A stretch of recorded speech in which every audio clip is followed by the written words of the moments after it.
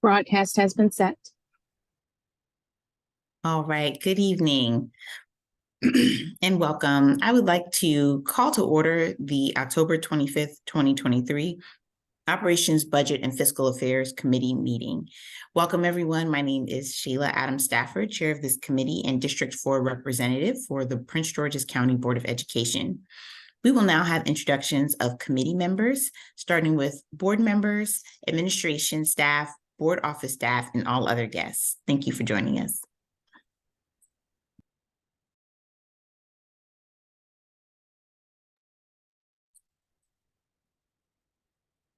Mr. Harris or Ms. Rivera Forbes? Oh, hey, good evening, everyone. This is Dr. Kenneth Harris, representative for District 7, Prince George County Board of Education. Thank you for being here today.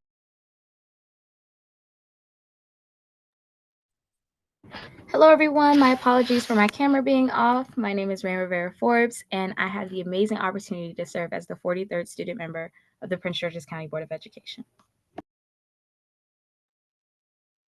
Good evening, everyone. My name is Sharaska Coleman, Chief Operating Officer for Prince George's County Public Schools.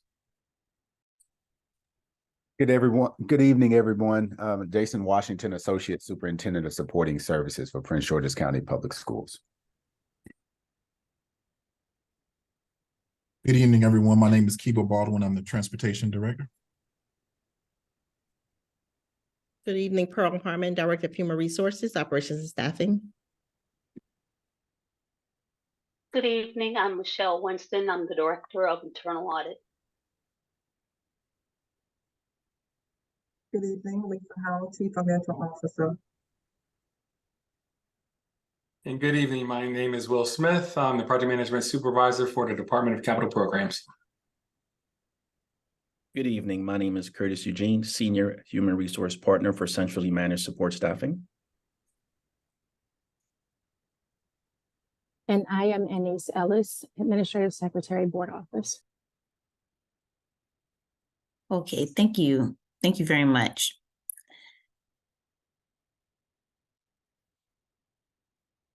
Okay.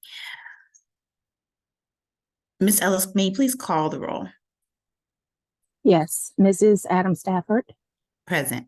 Mr. Harris. Present.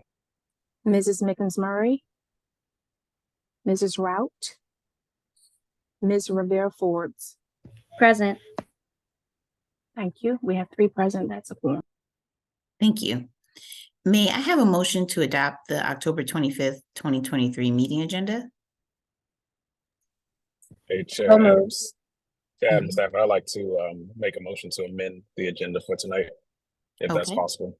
Yes. I'd like to add an agenda item for the official recommendations from the board to the superintendent via the OBAFA committee.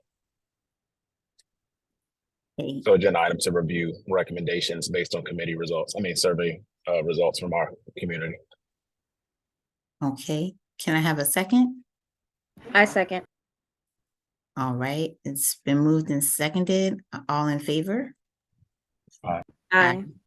Okay, and I'd also like to move that we push that item up to the top of the agenda, because I know that some of our members do have to leave early, and I know that's something we'll need to vote on. So I move that we amend the agenda to discuss the recommendations from the board to item 3.0. Second. Okay, Dr. Coleman. Thank you for the recognition, Board Member Adam Stafford. We also have Mr. Will Smith here providing the update from the capital programs team for the summer projects update. He also has a pre-scheduled community meeting to provide updates around the ongoing capital improvement projects. So I wanted to know if we could also make sure he is able to present prior to him having to depart.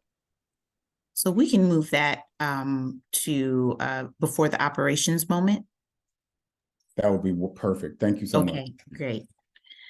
All right, so just so that I'm clear, so that the motion was to move the budget priority recommendations and the CIP updates to item 3.1 prior to the operations moment? Okay, so it's been moved and seconded. All in favor? Aye. Aye. Okay, all right, thank you very much. The motion carries. All right, so may I have a motion to approve the September 13th, 2023 and October 18th, 2023 meeting minutes? Well, hold on, we didn't have a meeting. Well, we had to cancel our meeting on the 18th. So I think we'll just be having a motion to approve the September 13th, 2023 meeting minutes. May I have a second, or may I have a motion? So moved. Okay, second. Okay, it's been moved and seconded. All in favor? Aye. Okay, aye. The motion passes. The minutes are approved. All right, so we have one registered speaker on public for public comment this evening and one written public comment. Ms. Ellis, is our public speaker here? Yes, Mr. Jakuda is here. I will move him over. Okay, to our public speaker, our Just a public minute. speaker, you have been registered to speak in a public comment forum where the OBAFA committee will listen to your comments. The committee will not address your comments. All registered speakers will have 3 minutes to make their presentation. Registered speakers may not relinquish any part of their speaking time to another registered or unregistered individual. Speakers may not address individuals or issues with profanity or derogatory terms. You will be warned once. If you continue, your comments will be muted and may be removed from the meeting. Speakers are encouraged to use titles rather than names. For example, principal, superintendent, deputy, and your adherence to these guidelines will enable the public participation process to move smoothly. All right, our speaker tonight is Joseph Jakuda, Climate Parents of Prince George's County FY25 operating budget. Thank you. Thank you, Chair Adam Stafford, and to the Operations Budget Fiscal Affairs Committee, as well as the staff on the call. Our comments concern the FY25 operating budget. We, of course, are advocating for 100% clean energy schools in Prince George's County. It's been over a year since the Board of Education adopted the Climate Change Action Plan, and we can see PGCPS has been hard at work putting this into action. We followed the mid-year progress report and the July reports produced under the previous administration and are already seeing progress under Superintendent House. We think it is important to continue this work in FY25, and we would like to see funds for some of the following: to continue the funding of this new Sustainability Resilience Officer position that I believe started maybe last week. Also to continue funding for the Student Environmental Alliance Summit. It was a great event for the students last year, and we should continue it in the future years to provide them an opportunity to learn from each other and hear from the greatest in the field. To also, it's important to perform a comprehensive energy audit of all existing buildings, make sure any additional funds that are needed beyond what grant funds have already been received. Also to begin looking at purchasing solar energy through power purchase agreements so that cost savings can occur in the electric purchasing, to also begin to purchase electric vehicles and electric lawn equipment for maintenance. These will save the school system funding in the long term. It's also important to fund a baseline food waste assessment. So much food is thrown out in PGCPS, and reducing that will both save on emissions and costs to the school system. It's also important to fund more staff for the piloting composting program. I believe it's being expanded to 30 schools this year, and this increasing the staff resources will get that out to more schools quicker. Finally, I want to say to invest in planting native trees and native plants throughout the school system, because they both are going to provide stormwater resources as well as to provide a more helpful habitat and that the students can learn from as well. Now, of course, we ask for a lot. I do realize that, but there's also so many funding opportunities right now available to PGCPS, and we know that y'all are undertaking some of them, but we just want to make sure you're aware that under the IRA, Inflation Reduction Act, there's tax credits that are now entities without tax liabilities can undertake for energy improvements and solar installations. So this is a great way to bring money into the school system. Also, the Climate Solutions Now Act has various funding mechanisms, in particular an additional 5% cost share for net zero construction. I know that's more capital, but I just want to mention it anyway. Also, the Climate Solutions Now Act puts in a pilot program for utilities to pay for the incremental cost of electric school buses. I think you may be taking advantage of that, but I just want to bring it to your attention again. And then finally, I know you've been applying for EPA School Plus funding. I hope you continue to do that. But yes, the PGCPS has proven itself to be a national leader in tackling climate change, and we want to continue to see funding to do this great work. I appreciate your time. Thank you so much, Mr. Jakuda. We appreciate your comments. Okay, moving to item 2.1 for our labor partners, we don't have anyone registered to speak. So we'll move on to item 3.0, discussion and action items. And at this time, I will share our budget priorities from the Board of Education, and I will share my screen and just provide you with a brief overview. We also will be sharing this on Thursday to the Board of Education, to the full board for a vote. So these are our collective priorities for the upcoming fiscal year. And these responses were based on a survey that was sent to board members. And many of the board members developed their priorities using information from a survey that was sent to our entire PGCPS community, which asked community members to rank their top priorities for the school system, which ranged everywhere from school safety to hiring more teachers to mental health support. So we invited discussion on this priorities.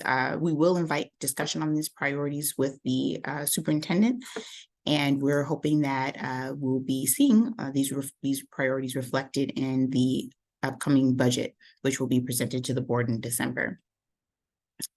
And so we were able to summarize the priorities into several categories falling under academic achievement, hiring, transportation, CIP, support services, safety, and other. And I'll just highlight a few from each of these categories. So in terms of academic achievement, full funding for the Blueprint program, hiring additional paraprofessionals, literacy support, and having high quality instructional materials. In terms of hiring, looking at hiring qualified teachers. I know that was a major piece of feedback from the community, and board members reflected that in their priorities as well. Providing leadership development and expanding our recruitment strategies. Under transportation, updating our transportation system, funding the climate change action plan, which includes funding for electric bus fleets, and using alternative transportation such as vans. Under CIP, looking into the installing water fountains at school, looking at site improvements. In terms of support services, people wrote in regarding some of their concerns around mental health and the support services that we're providing around mental health for students, and also expanding our special education budget. In terms of safety, providing safe passages for our students that walk, and then thinking about security cameras and communication devices for student safety at school, and also increased funding and support for community organizations that support our school system. So that's an overview. And again, we will be presenting this on Thursday to the full board. And so I wanted to have a motion to approve the Board of Education budget priorities for this school year from my colleagues. Second, was that a motion, or do you need a Yes, a motion to, sorry. I move Okay. to approve. I move to approve the budget priorities from the Board of Education for this school year. Second. I second. All right. All in favor? Aye. Aye. Okay, the motion is approved. Thank you so much, colleagues. And now we'll move on to Mr. Smith to present about the CIP summer updates. Thank you. Absolutely. Should I present my screen directly, or is that going to be presented on you guys in? Either way, I can do that. You can share your screen. Okay. All right. Let me do that.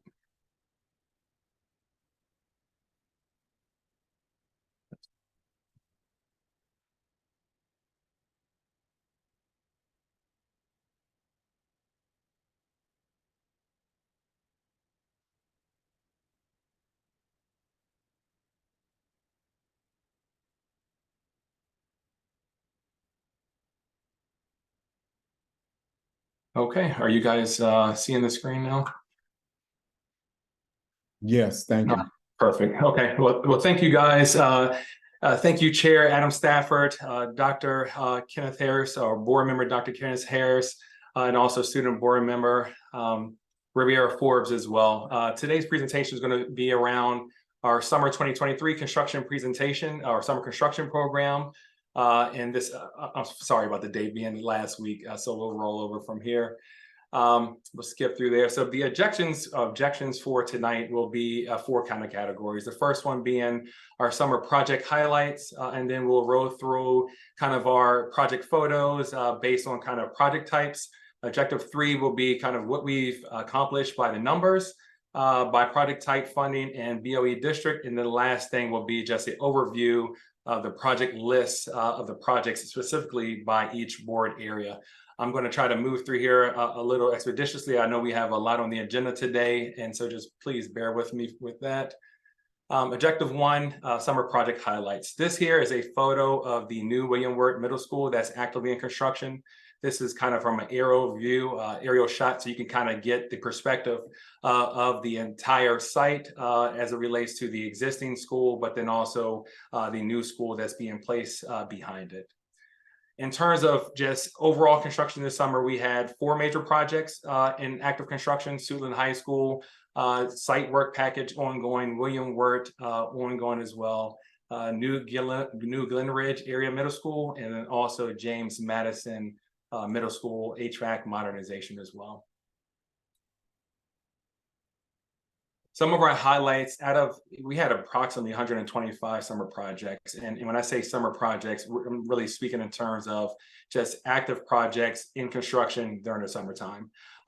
There is approximately 36 building repairs, 22 systemic HVAC replacements, 21 asbestos abatement projects, 12 kitchen upgrades, 8 code compliance projects, 7 parking lot improvements, 4 dance floor upgrades, 3 athletic renovation projects, 3 buried fuel tank replacement projects, 3 ADA replacement projects, 2 tennis courts, 2 generators, a couple window and door replacement projects, the balance of a pod conversion project, 1 roof replacement, 1 gym renovation, and 1 track replacement as well.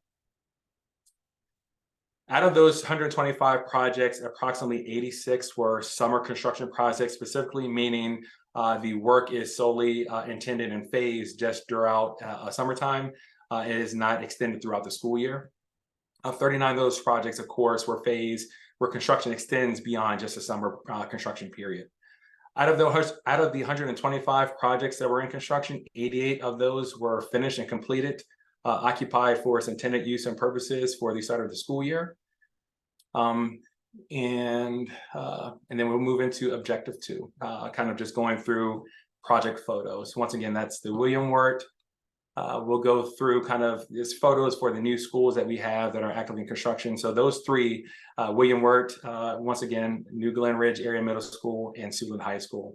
And so what you're seeing here in this photo is the auditorium area for William Wirt Middle School. It's actually the libraries. So it's a 3-level extended vaulted ceiling here, right? And so you can, if you're in a stairwell on the ground level or in a 3rd level, you'll actually see this wall extending from the 1st level all the way up. This is one of the nice features of side of the facility that really gives it a luxurious and a real kind of a homely feel as well.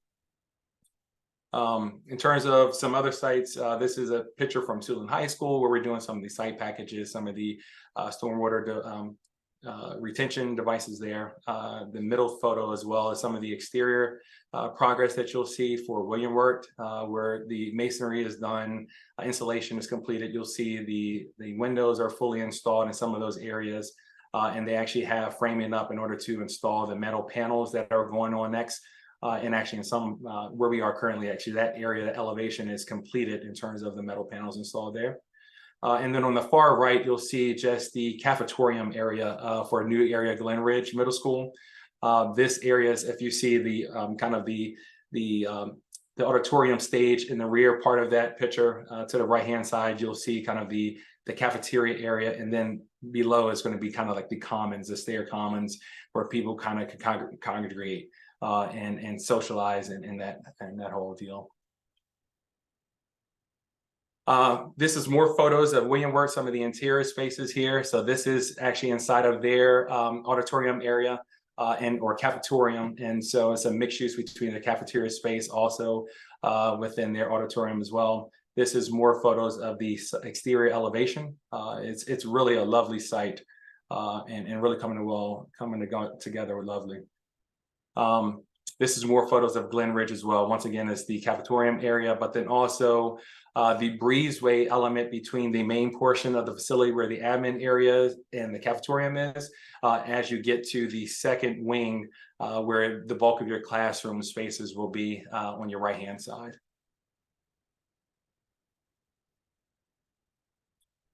Right. Next, we'll move on to athletic improvement projects. Those three projects, roughly two stadium renovations, one being the Fairmont Heights new high school, but ultimately the scoreboard finally installed there, and which you'll see there highlighted. Yeah. Out of that is about approximately $12.4 million in construction costs associated between those three projects. And yes, the community is ecstatic about having that finally installed. Bladensburg, so you'll see the stadium renovation there. Ultimately, that is one that we have been working on diligently. We have really came to a place where now the turf is completed, track is completed, all of the track and field areas. You'll see some of the netting system that you have for the shot put area. All of that is kind of wrapped up. The last portion of this project will be the scoreboard, and that's actually set to go in during first quarter of the winter or next year. And so, but they are ecstatic about this project. We actually are hosting a ribbon cutting this Friday. So if you guys are available and would love to come out and take a look at it in person, please feel free to do so. The next one is the Laurel High School stadium renovation. That also is actively in construction. And some of the photos that you see here were, of course, they're a little dated from last week. Turf actually is installed halfway on the field now. From the end zone up to about the 50-yard marker at this point. And then they hope to actually have the balance of the turf fully laid out by the end of next week, and then be able to go for it with some of the end zone lettering and logo inlays, etc. And so that one is also actively in construction. That is a multi-phase project. So we're starting off with phase one was the lights. That was completed. Then we moved on to the turf. That is going to finalize. We've actually demoed the bleachers, and we'll be moving forward, replacing the bleachers, doing the scoreboard as well, moving forward with the track surface. If weather permits this fall, if not, it will slide into early spring. But that is one where the students are actively reaching out to the principal and AD and in preparation or anticipation of being able to utilize that site. So that's some feel good there. Some of our renovation and addition projects, we had approximately 5 in construction during the summertime. Those are a mix of kind of just renovation projects, pod conversion projects, also some of our modular additions that were installed this year as well. That it kind of totals approximately $41 million in total funding for all of those projects. This photo here is actually at Stephen Cater Middle School. This is their new pool addition area that was just completed and turned over this school year and available for their use now. I believe they actually just had a ribbon cutting for that one 2 weeks ago. And so that is another project that we are excited about. This is Chillum Elementary pod conversion as well. This is the balance of that site that we had to finish up. We went through here and renovated the media area, renovated the second floor classrooms that were just the old kind of open concept configuration. kind of walled everything off, closed everything in, new painting, ceiling tile, lighting in some of those areas, VCT flooring, etc. Also, sprinkler system, increased the water main there, and a host of other improvements there. So you can see kind of in the gym area, in the ceiling area, you'll see the new sprinkler system that's installed throughout. In terms of the modular addition projects, those were 2 that were completed at Beltsville Academy this year, and also at Kettering Middle School. Those were 10 classroom modular units or modular additions that were put in place. And those total approximately $5 million out of that 41 total $1 million I was talking about in the first slide. And here you'll see some additional photos of just the construction of those going into place, some of the interior space and exterior photos as well, once they were actually buttoned up and completed.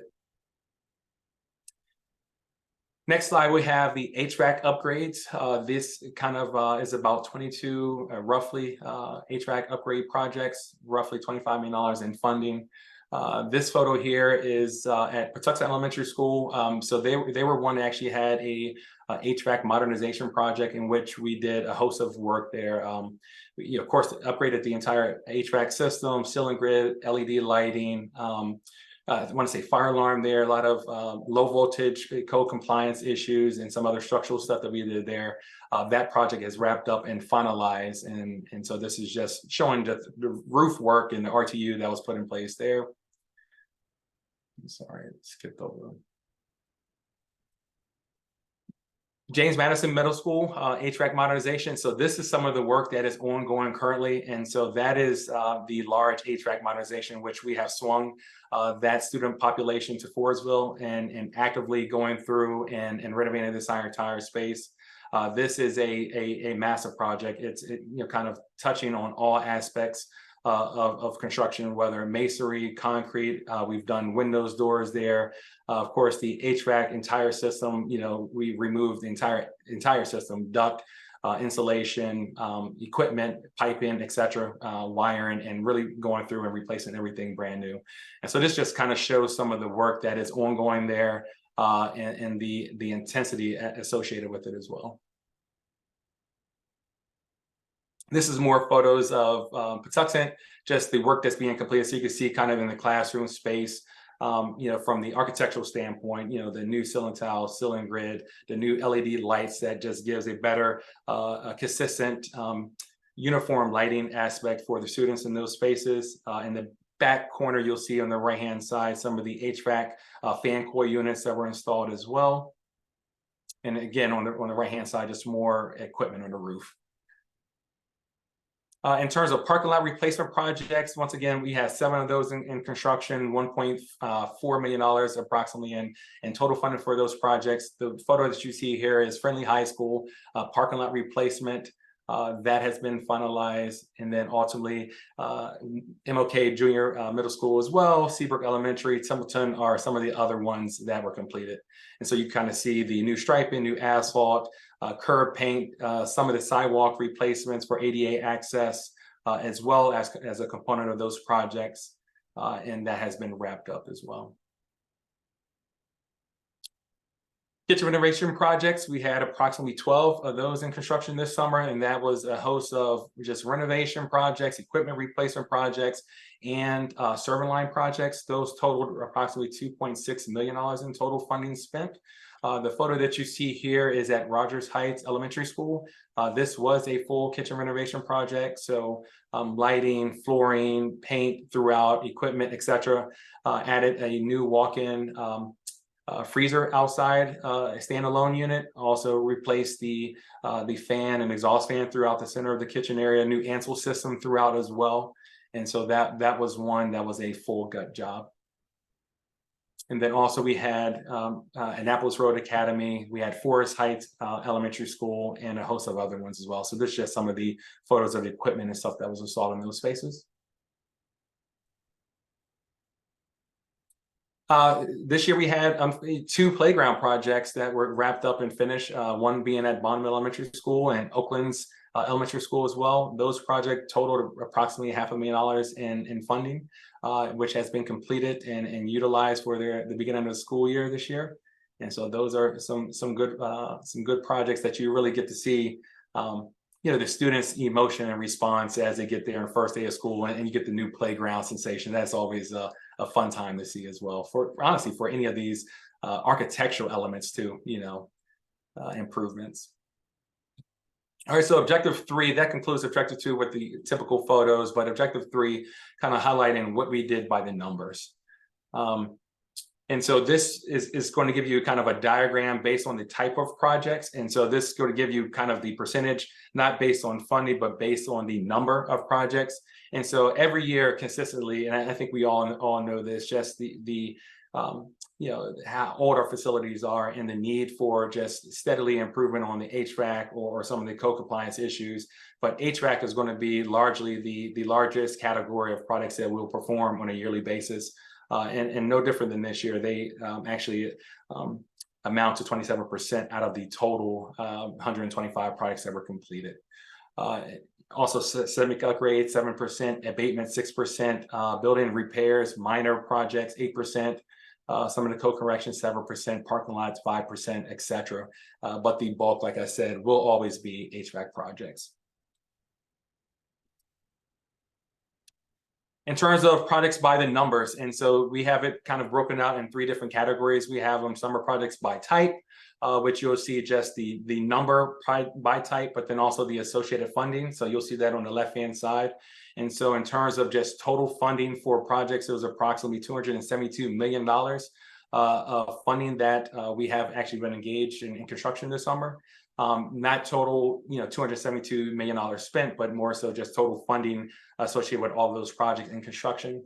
The second category just give you more of a depth in terms of the type of projects by count. And then on the right-hand side, you'll see kind of a breakout by just the funding aspect associated with each project type as well.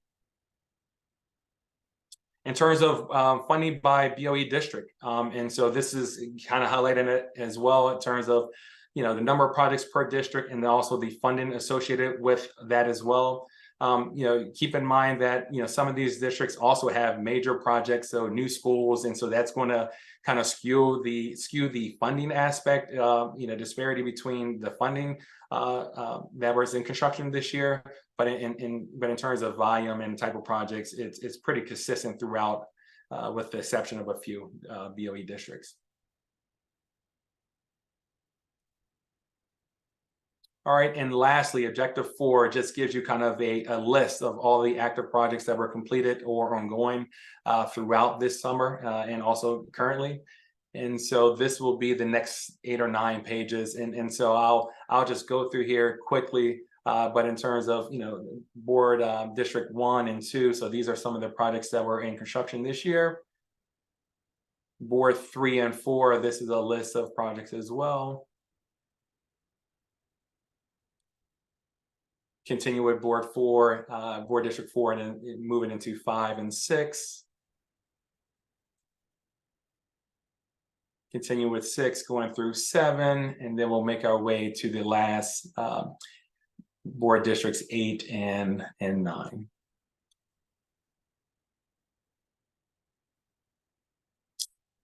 That concludes this evening's presentation from myself relating to the summer improvement projects that we have for this summer. If you guys have any comments or questions, I'm available to answer. Okay, thank you so much for that presentation. And I'd like to defer to my colleagues if anyone has a question or a comment that they'd like to share. I certainly have a few questions and comments. Okay.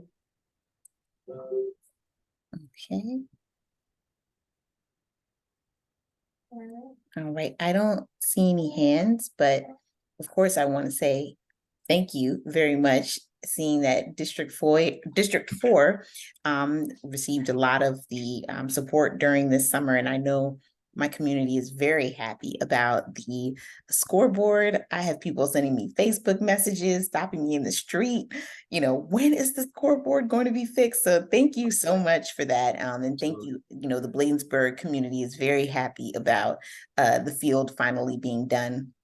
I know that there were, I had a very specific question about that. I know that there were some concerns about just like like flooding in the property that the school is built on being on water springs.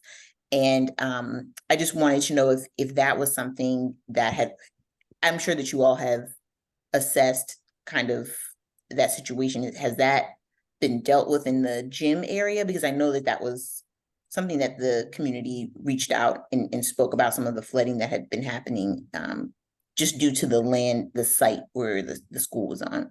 And Yeah, we don't have to answer it now. We can do it as a follow-up.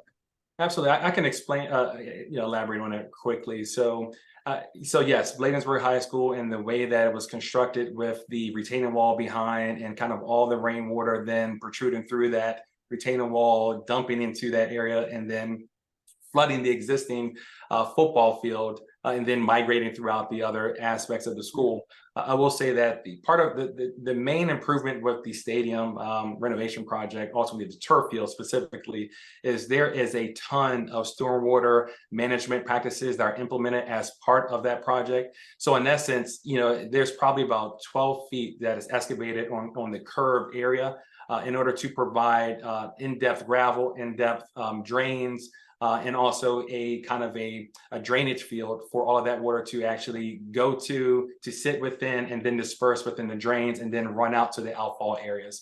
And so the runoff is going to be substantially reduced in terms of just flooding. So I would venture to say you won't see any flooding in the stadium area.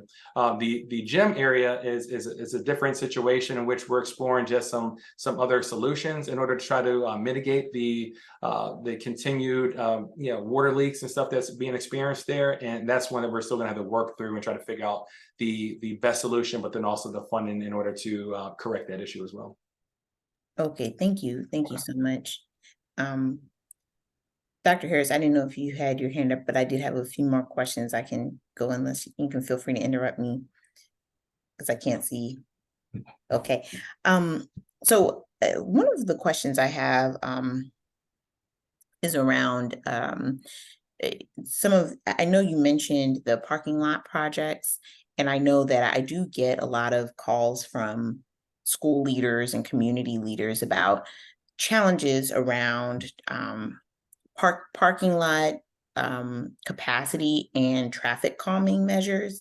And so I was wondering, if you could elaborate on the extent to which when you are expanding parking lots or looking at, redeveloping a parking lot,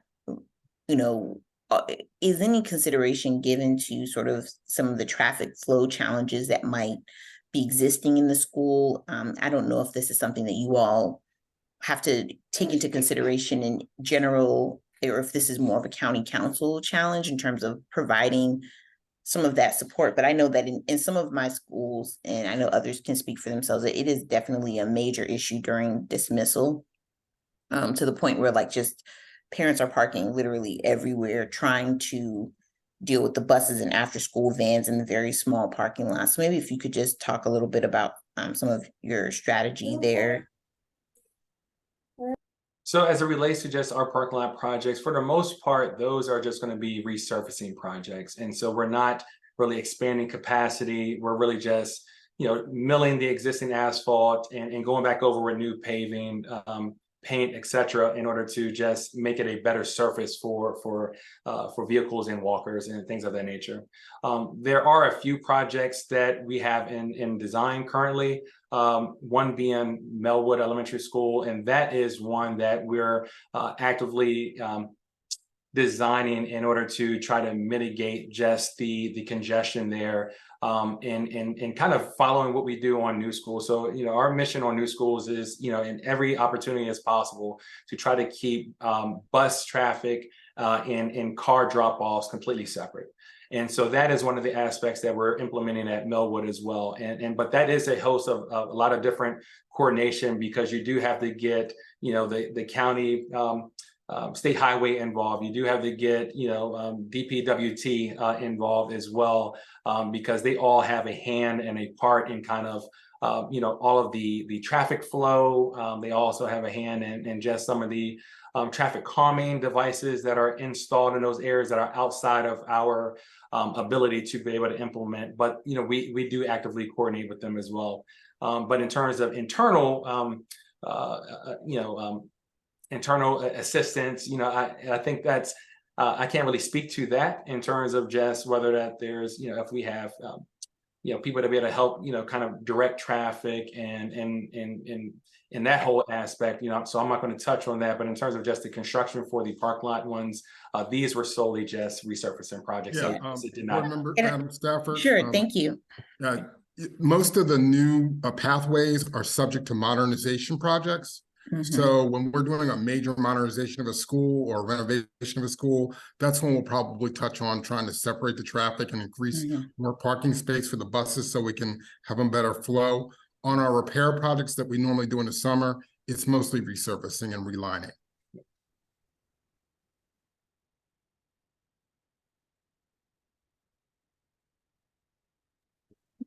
Okay, thank you. I'm wondering, and I see your hand, Dr. Harris, I'm wondering how we as board members can maybe support with, I don't know, just coordinating with some of those agencies you mentioned, like the Highway Authority, Mr. Smith, and the County Council in terms of, where are some of the areas of greatest need for traffic control support, and where can we be helpful? Thank you so much. And Dr. Coleman, I see your hand, and then I see Dr. Harris. Sure, and this isn't necessarily related to construction, but it's related to that whole notion of traffic calming and ensuring that we have the safest environment as we can in our parking areas. We also have our safety and security office department that also will come out and conduct traffic assessments, safety assessments to identify those areas that where we can make recommendations for how to let the traffic flow better or to make it safer. And in some instances, we work with our building services team in-house to install speed bumps, for example. There were a number of schools where we had to install speed bumps this fall just to make certain that on the recommendation of safety and security services, this is what would help calm the speeding that we were seeing in that area.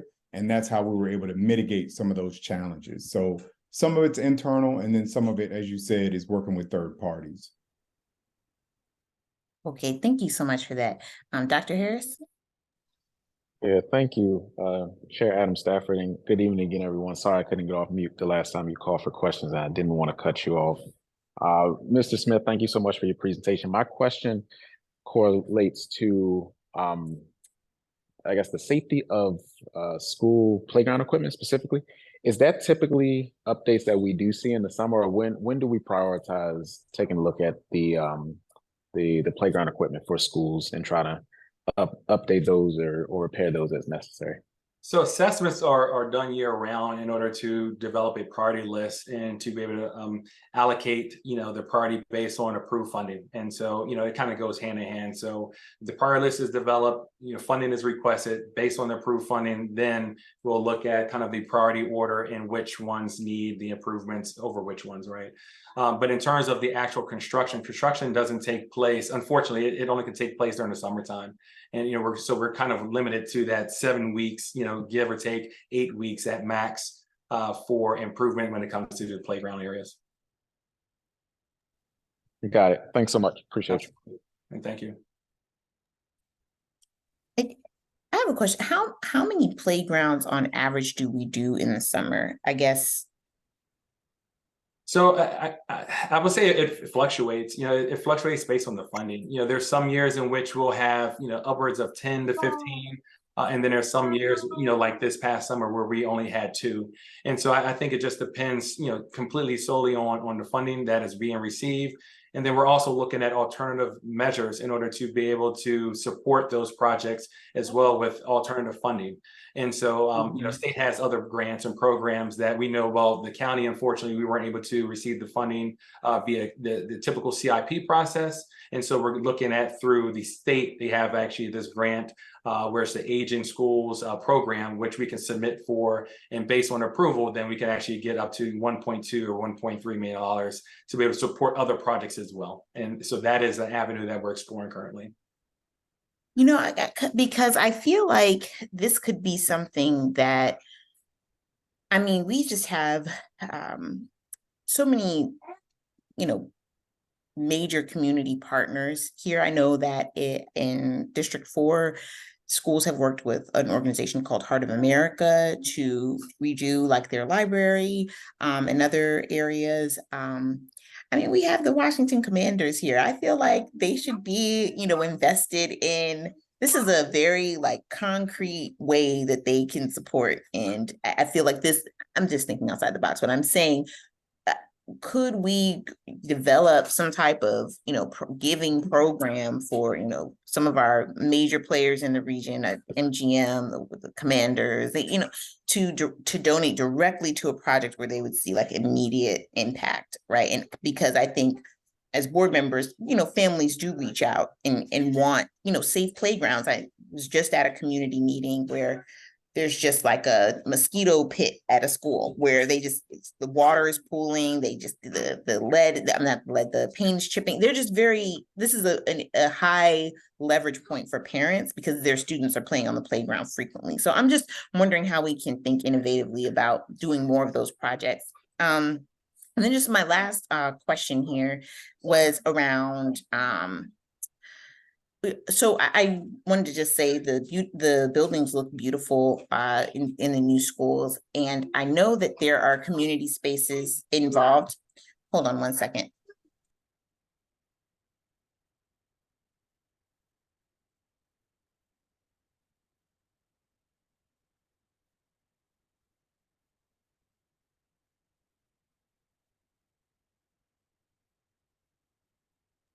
Sorry, my daughter just turned on Moana and I don't think you all want to hear that right now. So it just, one of my questions was around the community space in the new schools. And I know that Mr. Matlock and Mr. Washington have talked about how community members will have input in that space. Maybe if you could just share with us how community members will be able to have some say in how that space will be used. And I just wanted to know if you all, I don't know if you all have this, but a status update on the I believe it was the RFPs for the staffing of the school-based health clinics. I know we're doing ribbon cuttings for other areas in the school district, for example, the football fields, but it would be great if we could also, you know, do some type of community event around the opening of those school-based health clinics that are inside some of our newer schools as well. Well, we don't have an update on the status of the RFP. I don't have one at this point. One of it's pretty much a county function right now because the health department will be running those health clinics. So they're trying to find providers as we speak. I don't know what the status as of yet is with those community-based health centers. As far as the community space, there is one. Each of the schools now has a actual room or office space for the PTO, right? So the parent-teacher organization has its own space in each one of these buildings that they can access and utilize for meetings and otherwise. They don't have to go to a classroom or use the cafeteria. They have their own rooms. They can run their administration through there. The other spaces in the building are available as it is to the community in general. So in those common spaces, the common areas with the cafeteria and the learning stair and all that stuff, the gym, those are once, I think it's going to be about 3 months or so from now, they will all be available for use by the community. We're trying to limit the use of the facilities to start with to allow the principals and their staff to get used to the building and figure out how they want to make things available, but they will become available as they are at all of our other schools once in about 3 months. Okay, and the reservation process will be sort of determined by the school leadership. Yeah, if Okay. they can go online and the principal and make a reservation to use some of the spaces. I'm sure there's going to be some community discussion around you know, like league play for basketball and things like that, or using the soccer fields and that sort of thing. But for the most part, it's through the principal and through the school directly. Okay, that's great. Before we move on to our next point, Dr. Coleman, I was thinking, we had so many folks that came out with interest around the CIP this year for the hearing. I think it would be great if we could make a clip of Mr. Smith's presentation, just like a short clip that shows like what projects are in action and that breakdown. And maybe we could have the communications team share that out just so people can kind of see what is happening and what's in the pipeline, because I feel like he addressed a lot of the questions that many folks had when they came out to the CIP hearing. And maybe that could be a way that we kind of do a community share out of what we just heard. Okay, I appreciate that recommendation. Yeah. Thank you. So I wanted to move on to our next item here. So moving on to our internal audit report, I will now yield the floor to the Supervisor of Internal Audit, Ms. Janice Walter Stample, to provide an internal audit report for the FY 2023 end of the year. Thank you, Madam Ms. Chair. Winston, sorry. Yeah, I am fortunately able to make this meeting. I was not able to make last meeting and supervise versus unnecessary. Good evening. So I will share my screen.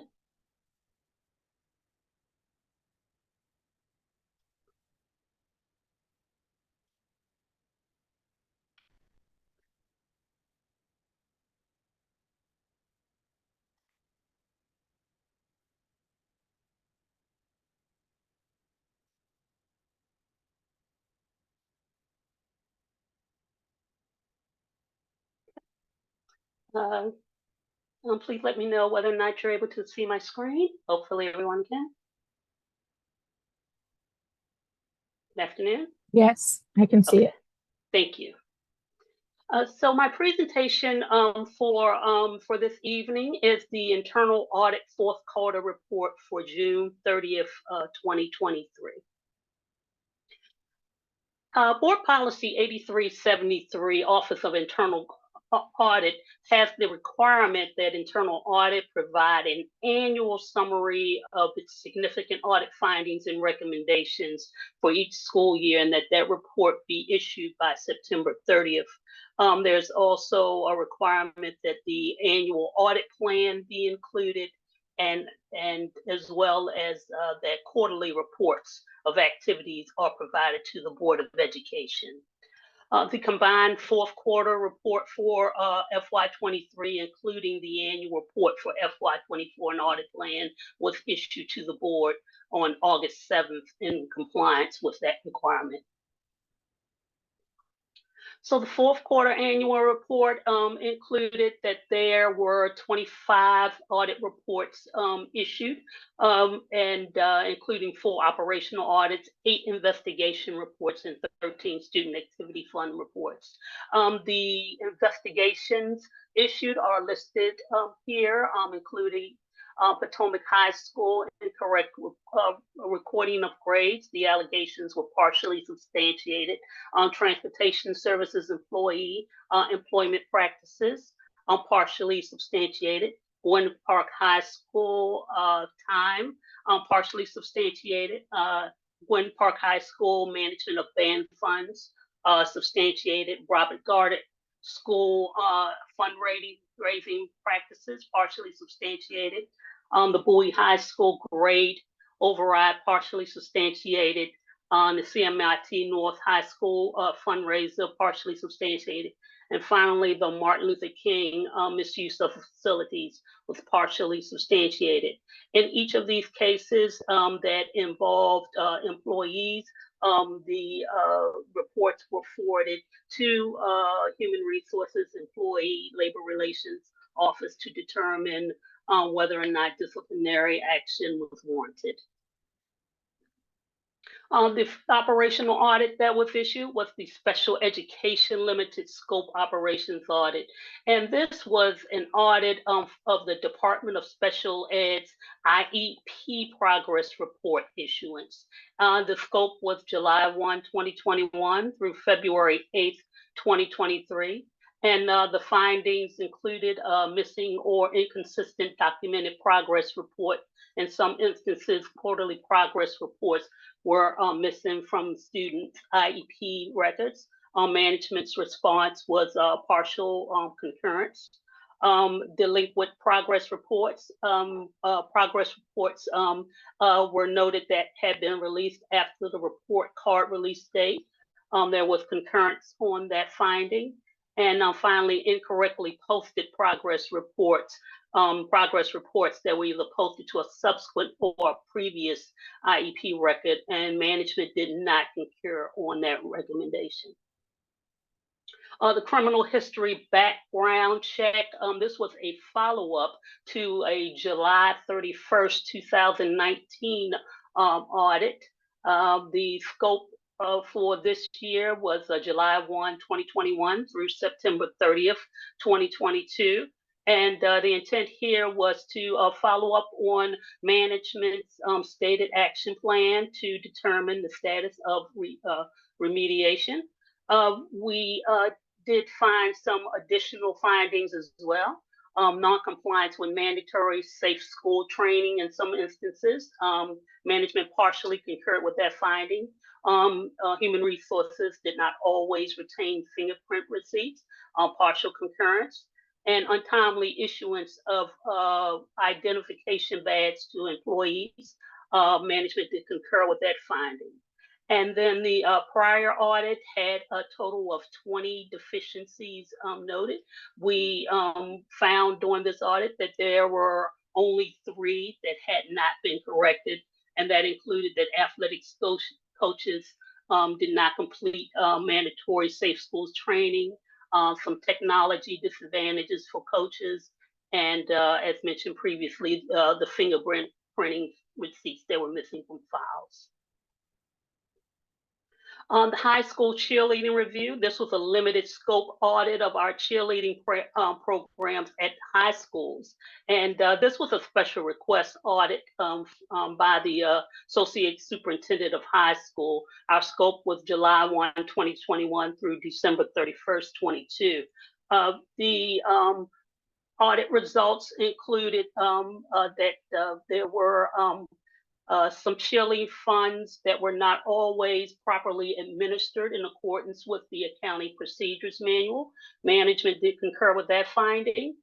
We conducted a survey and that we sent to principals, cheer coaches, and athletic directors. And just to highlight some of the responses, there was some noted improper administration of cheerleading programs funds as is stated by those principals. However, we did not, the principals did not note any non-compliance regarding transportation of students conducting summer programs or the requirement for coaches to sign coaching contracts. We also provided a survey of parents and students. 405 surveys were sent here. We received back 53 responses. 23 of those felt that summer activities for the cheerleaders were mandatory, and 13 indicated they had submitted payments for cheerleading activities using CashMack app or Venmo, which is prohibited. The ID management software solution IT audit. This was an IT audit of our ID management solution, which is Skyline Technologies program. This was the audit period here was July 2020 through September 30th, 2022. The audit results were that we found that the ID management solution was not included within the scope of services provided by Skyline Technologies in the rider contract. Management did not concur with that finding. ID badges were issued by Human Resources, Transportation Services, and also safety security services. the finding was that this process should be centralized. There was partial concurrence on that finding. No user training management for the ID management solution, concurrence, and no formal procedures for collection and disposition of ID badges, and management concurred on that finding. And finally, the ID management solution does not enable a unique employee identifier, partial concurrence. So this next section is our FY23 annual results and the FY24 audit plan. For the full year, we issued 92 total audits, received 564 hotline reports, conducted 43 fixed asset inventories. As a result of those activities, $9.7 million in assets were subjected to audit, and we estimate that losses of $3 million were averted. So this is the FY23 audit plan, and the purpose here is just to show you the status of completion. We did not complete all of our planned audits. As you're aware, things happen during the year. I'll also say we have 2 vacancies currently. So unfortunately, we did not complete the entire plan, but we substantially completed. The uncompleted items includes COVID-19 grants and unaudited grants, bus lot practices follow-up, the Assure ID transportation ID software solution, and Tridia Niagara, as well as the HR certification office audit. And all of those audits are included on our FY24 plan. So this is the results of our hotline reporting. For FY23, there were 564 audits, hotlines received. Comparatively, for FY22, there were 373 total cases received. And then the top 10 allegation types, from parent and community relations through discrimination, those are kind of consistent for FY23 as far as being the most frequent allegation types. Property inventory assessments, as I said, 43 were performed. As a result, there were a total 9,376 unlocated assets from all of those 43 property inventory audits. I also like to note that as of July 1st, 2023, property inventory staff have been moved to the Chief Information Officer. So this will be the final report from internal audit on property inventories. So the internal audit plan for FY24, 30% of our resources will be expended on student activity funds, 30% on operational audits, and then 40% on hotline investigations and special requests. The operational audits include reviews and assessments. This includes some time spent performing data analytics on our student activity funds. Continuous auditing. These are audits that they're not even full audits, they're more reviews where we provide information and data to management.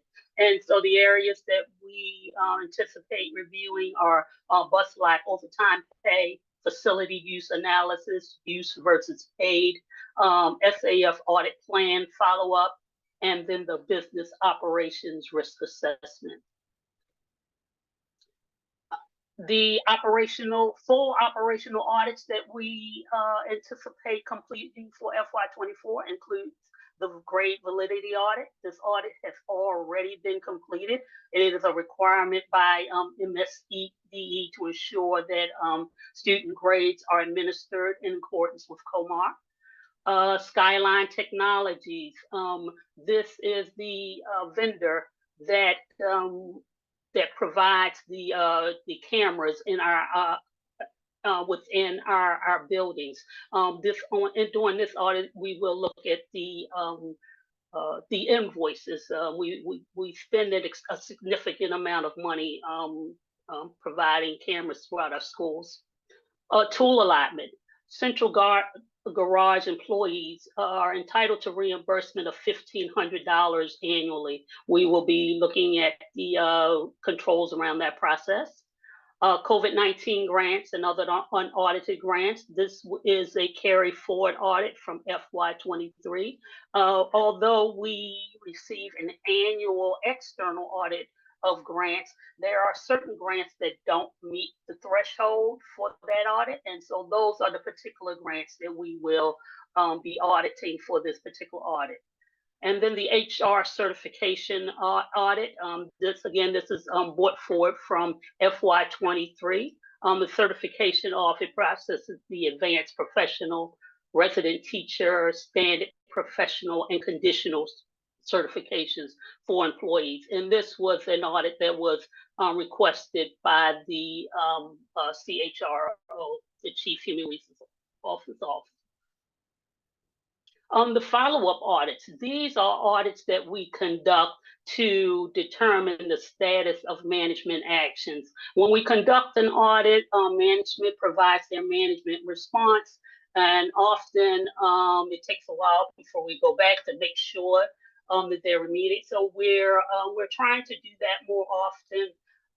So these are 4 audits that's what we'll do for each one of these. Red Circle employees. This was a prior FY18 audit. Itinerant teachers payroll follow-up on to a FY21 audit. School emergency procedures. We conducted an audit in FY22, and we'll follow up on management responses. And then finally, bus lot practices follow-up. We just completed that one as well. This was a follow-up to an FY18 audit. And then technology audits. We have 6: Assure ID, Tritium Niagara, Discoverer, the Business Continuity Plan, Zonar Systems, and EJ Ward. And each of these we will be reviewing primarily the application IT controls for each one of these technologies. And that concludes my report. I'm happy to take any questions on my presentation.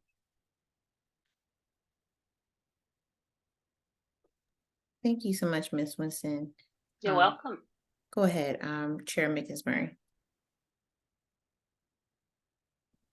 Good evening. I apologize for being late. I had a previous meeting. Quick question to you, Ms. Winston. How many employees do you have? So we are currently a staff of 12 now that we no longer have the property. And so, including myself, and we have 2 vacancies currently. Okay, my question is, you had 2, the slide is gone now. Maybe you can go back to the slide, that one. No, next one, the next. The one that said 2018, you're following up on something from 2018. I think it's a red circle. Okay, yes. I wrote down the red circle. Okay, so why, we're in 2023. Why are you just following up on? Understood. And admittedly, we had not been as robust, if you will, on conducting follow-up audits. We every year we would select a new operational audit, and usually it would be for an area that we had not conducted audits before.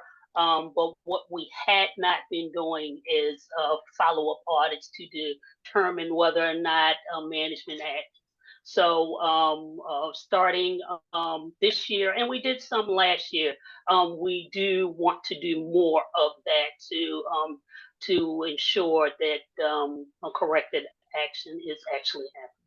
Okay, see, that is my concern, is the corrective actions. And if we've had corrective actions that have been outstanding since 2018, I personally just see that as an area of concern. But that is something that the new administration can, well, no, that's us. We will have discussions about that. Thank you. You're welcome. That's all. Thank you.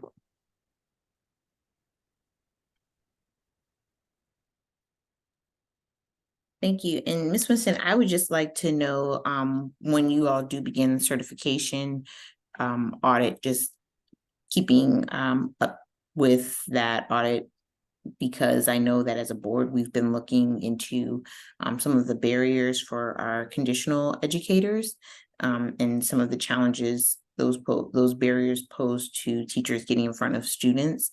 And so I just would be interested, to have that presentation come back to the board so we can know how the board can properly advocate to help teachers get certified. Yeah, absolutely. And and again, this was a request by the Chief Human Resources Officer.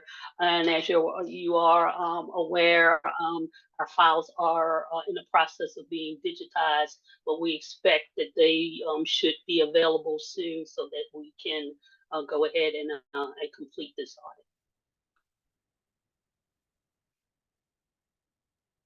audit. Okay. Thank you so much. You're welcome. So I realized that we skipped over the operations moment, so we'll go backwards to item 3.1. And I now yield the floor to Director of Transportation, Mr. Akiba Baldwin, to provide us with transportation updates. Thank you so much. Thank you, Board Member Adam Stafford. Good evening. Give me a moment to share my screen.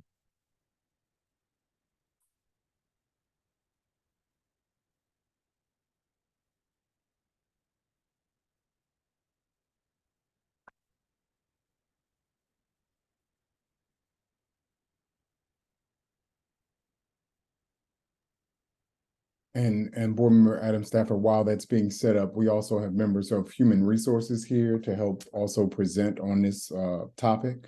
We have Director of HR Pearl Harmon and also Mr. Eugene. Thank you so much. Yep. Thank you, board members, for the opportunity to update you on our transportation. Our conversation will focus on the alternative transportation options, the transportation audit, the stakeholder communications on school bus status, and then I will pass it off to our HR partners to deliver more information on our human resource dashboard.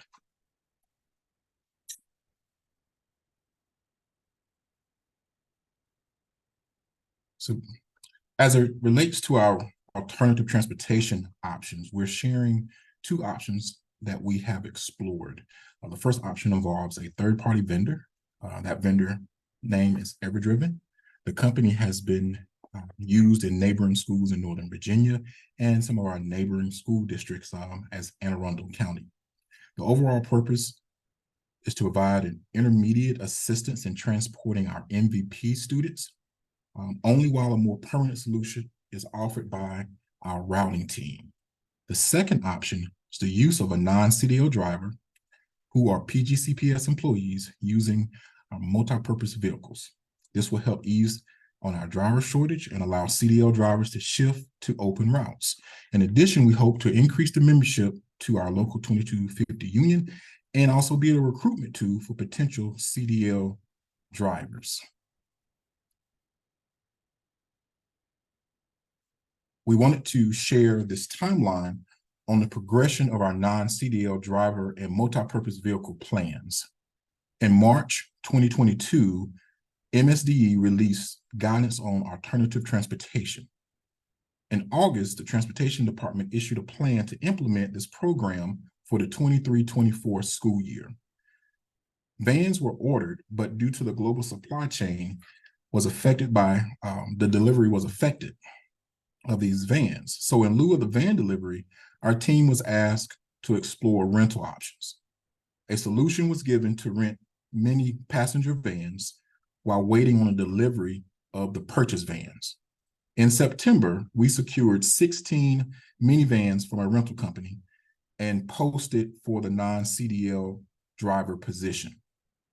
The source of funding were ESSA grant funds and operating funds. In October, we took delivery of minivans and interviewed potential non-CDL drivers. The target date for implementation was early to mid-November. I am pleased to say that we've been able to push this timeline up several weeks. On Thursday, October 19th, we began the first MVP trips with EverDriven. And on Monday, October 23rd, we began our first MVP trips with our non-CDL driver program. To date, 21 students have been transported by EverDriven and 7 by our minivans with our non-CDL drivers.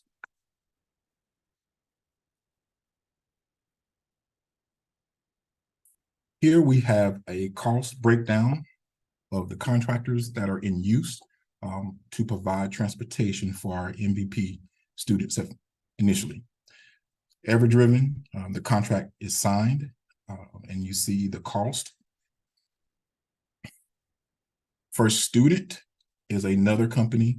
The contract is in review by the Office of General Counsel, and we have their cost. And a third company that we've talked to but really have not executed anything is Hop, Skip, Drive. Right?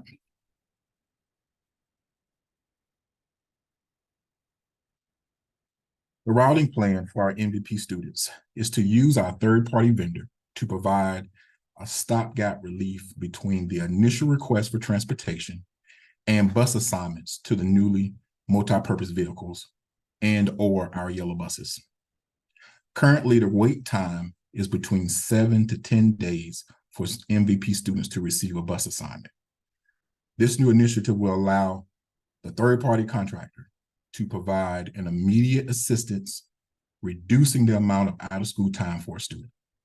Once the student has been assigned to a bus or multi-purpose vehicle, the transition would take place to ensure all stakeholders are informed to ensure a safe transition with an effective date.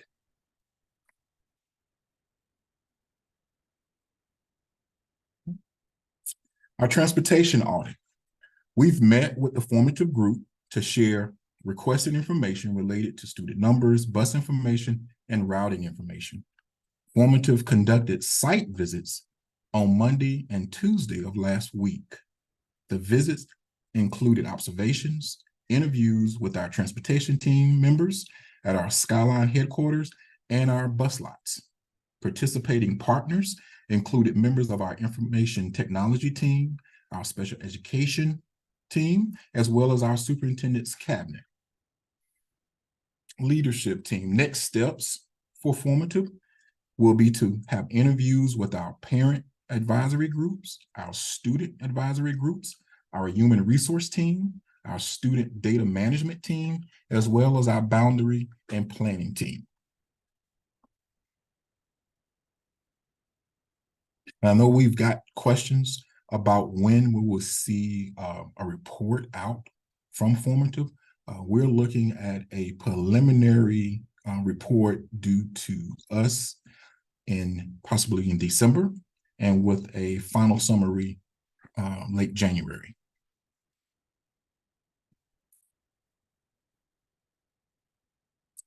Communications. So we've been able to update our communications for our families to call, email, send text messages to parents on the bus staffs. It is our school messenger system that we're using. We're still working the kinks out, but every day is a new day, and our team gets stronger with our processes in place to inform our parents. It remains a very fluid system because a lot of it depends on our drivers communicating with us and barriers that we do not control, such as our traffic. So we continue to work with that. Within the Stop Finder app, we have activated additional resources that allow parents to view the trip path now.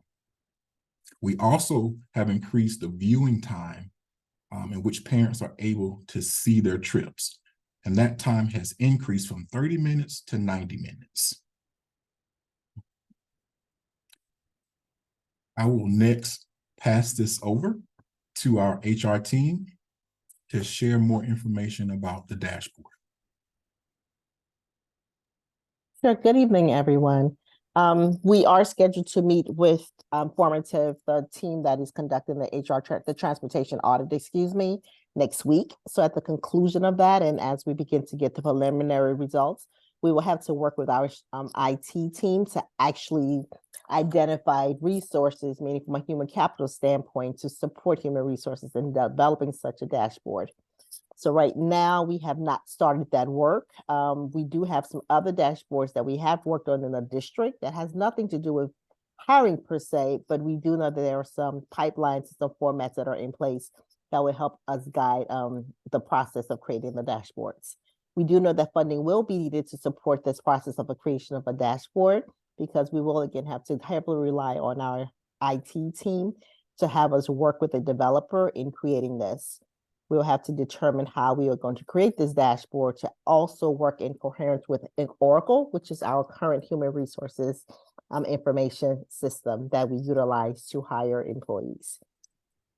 So at this time, I will turn it over to Mr. Eugene, who specifically works with Central Management Transportation for the recruitment and hiring for our transportation team members. Good evening, board members and everyone. Once again, I just wanted to go over the HR recruitment efforts that we've done around the school bus driver position. While we have July 1st through present for ongoing recruitment, we wanted to be known that recruitment for bus drivers is something that is done year round. We're constantly searching and seeking out candidates for the position, but because it's representative of this school year, we were just focused on the July 1st till now timeframe. So to date, we participated in approximately 18 virtual, in-person, evening and weekend events. We've utilized a variety of mediums, be it the radio, television ads, and so forth. We've recruited at various sessions like the Listen, Learn, and Lead sessions with Superintendent House, the Institute for Social Entrepreneurism in DC, National Harbor, the Mall at Prince George's, Bowie Town Center, National Night Out, and just a variety of other community-based events. This slide was reflective of last week. We had a recruitment event at the Tanglewood Administration Building. Our next event is actually scheduled. It's a virtual event for November 1st. And then following that, our in-person event is November 15th. We typically on average have 2 events, one virtual and one in-person, as we seek to continually recruit for bus drivers. If we go on to the next slide, I just want to summarize in terms of when we talk about recruitment for bus drivers, we thought this was important to illustrate in that we have a lot of interest with individuals that are interested in being bus drivers. As you can see, or they've demonstrated an initial interest, rather. You see candidates that are pre-registered for our different events. Basically, over 1,100 of them have registered for the events. In terms of actually attending, we've had 274 people that have actually attended the event. So approximately 25% of them have actually attended. Of that, 211 of them total were actually extended an offer. So out of the individuals that attended the events, 77%, close to 78% of them, we actually extended an offer. So I want to emphasize that while we have a lot of individuals that have expressed an interest in participating in our events, both the virtual and in person, again, roughly only 25% of them show up or participate in the event. But those that do, we've been very aggressive in looking at the right people and the right candidates and the right fit, and roughly 78% of them are extended an offer.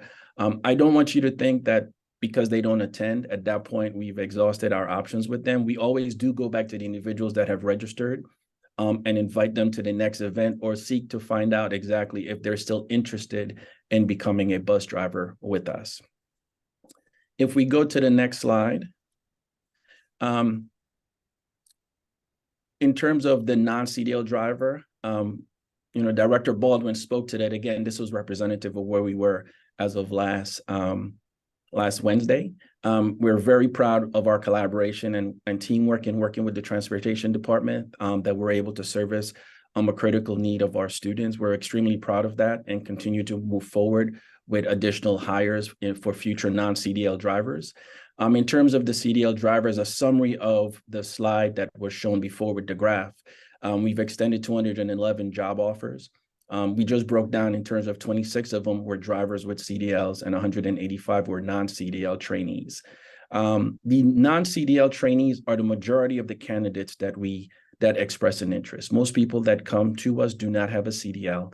So the vast majority of the individuals that are interested in becoming bus drivers are interested in becoming part of our training program and going through our 6-week training program to be educated and eventually become a school bus driver. Of the 211 that job offers were extended, 98 of them accepted, 41 were still pending, but we had 72 of them that had either declined, there was no response, or they were unable to be hired per COMAR or other regulations. We do have conditions which limit or restrict employment with the school system, and they may have fallen into that category. I do want to expand on when we say that there was no response. When we extend an offer to an individual, we try to there are a variety of ways in which we follow up with them. We follow up with them via email, phone calls. We've utilized text messaging as part of our strategy to follow up with individuals to find out what their interest level is. But at a certain point, based on our resources allocations, we want to make sure that we're maximizing the individuals that have expressed an interest and dedication to being a bus driver. And so roughly after 45 days, if we have not heard back from somebody that has expressed an interest in terms of submitting the required paperwork and documentation that we would need, at that point, we determine that they're no longer interested in the position, and we exhaust our efforts with them. But again, that is after 45 days of when we've extended an offer with those individuals. Thus far, 35 individuals have been hired and promoted to permanent bus drivers. We currently have 82 trainee prospects that we're following up with or that had attended or were scheduled to attend a prep class. And I want to clarify the prep class component. If you go back to what I said earlier, of the 211 job offers that were extended, 185 of them were non-CDL holders, which means they need to get their CDL learners before they can actually start a bus driver training class. So what we do offer as an incentive for individuals that are interested in the position is we offer a CDL prep class, which is paid, that individuals that are interested, we actually pay them to come into the class, provide some preparatory classes and training to allow them to be successful when they go to the MVA to get their CDL learners. It's something we've done for some time now, and we continue to do that. And thus far, we've had 82 training prospects that have gone. Right now, we still have 22 remaining hires currently in the CDL bus driver training class. Of those 22, once they've exhausted this approximately 6 weeks training and they pass their CDL test, then those individuals immediately are hired into a permanent position as a bus driver. On average, in terms of the training class, we've had roughly, historically, probably an 85% success rate of individuals in the class actually completing the class and becoming a permanent bus drivers. And as of right now, we have approximately 41 prospective bus driver trainees in queue that we're following up with to see exactly where they are and to determine their continued interest because they haven't gotten to that 45-day time frame as yet. So that's just a brief summary of the things that we've done thus far in identifying that the majority of the individuals that are interested in a bus driver position do not have a CDL.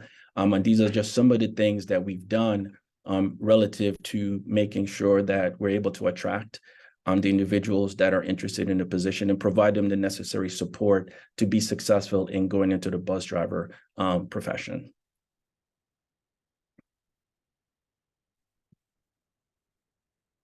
So I'm going to, Mr. Baldwin, that concludes the information we have as it relates to from a hiring perspective. And unless there's something else that you have to add to the presentation, or we can definitely open up to questions. No, sir, I have nothing else to add. And that concludes our presentation. We open it up for questions now. Thank you, Mr. Eugene. Mr. Baldwin, if I may, Awesome. Oh, please. I'm sorry, Board Member Adam Stafford. One of the things I did want to point out is we often get the questions in terms of for individuals, what current incentives do we have for individuals as it relates to being in the bus driver position? One of the things that's unique, and we've actually to us, because we've had different meetings with neighboring LEAs and or local education agencies and other school districts, is PGCPS, we currently reimburse our employees the cost of renewal of their CDL license, which is significant, and it assists us in terms of our retention. We currently pay for the cost of fingerprinting and background checks for transportation employees. When non-ortho or non-special ed drivers cover a special run, they're compensated at the higher pay differential. All bus drivers with the most recent negotiated agreement, they're set at a minimum of 6.5 hours, and if up to 8 hours if they desire it. And they are deemed benefits eligible and full-time. They're paid for any additional extra runs that they work beyond what they initially bid for, and it's part of an enhanced plus-in compensation incentive we have for our bus drivers. Of course, all permitted employees with PGCPS are enrolled in the Maryland State Retirement System, and that's significant because a lot of individuals that join us are interested in the retirement program, because although they may be in private industry or another industry, they're not, in terms of the retirement benefits that we offer, most individuals can't compete with that. And what the board did approve, as a reminder, was the applicable merit and COLA salary scale increase that was received in July 1st. There's also another one planned for July 1st of next year. So we're very excited about that in terms of the compensation for transportation employees and the bus drivers because of the tremendous work that they do.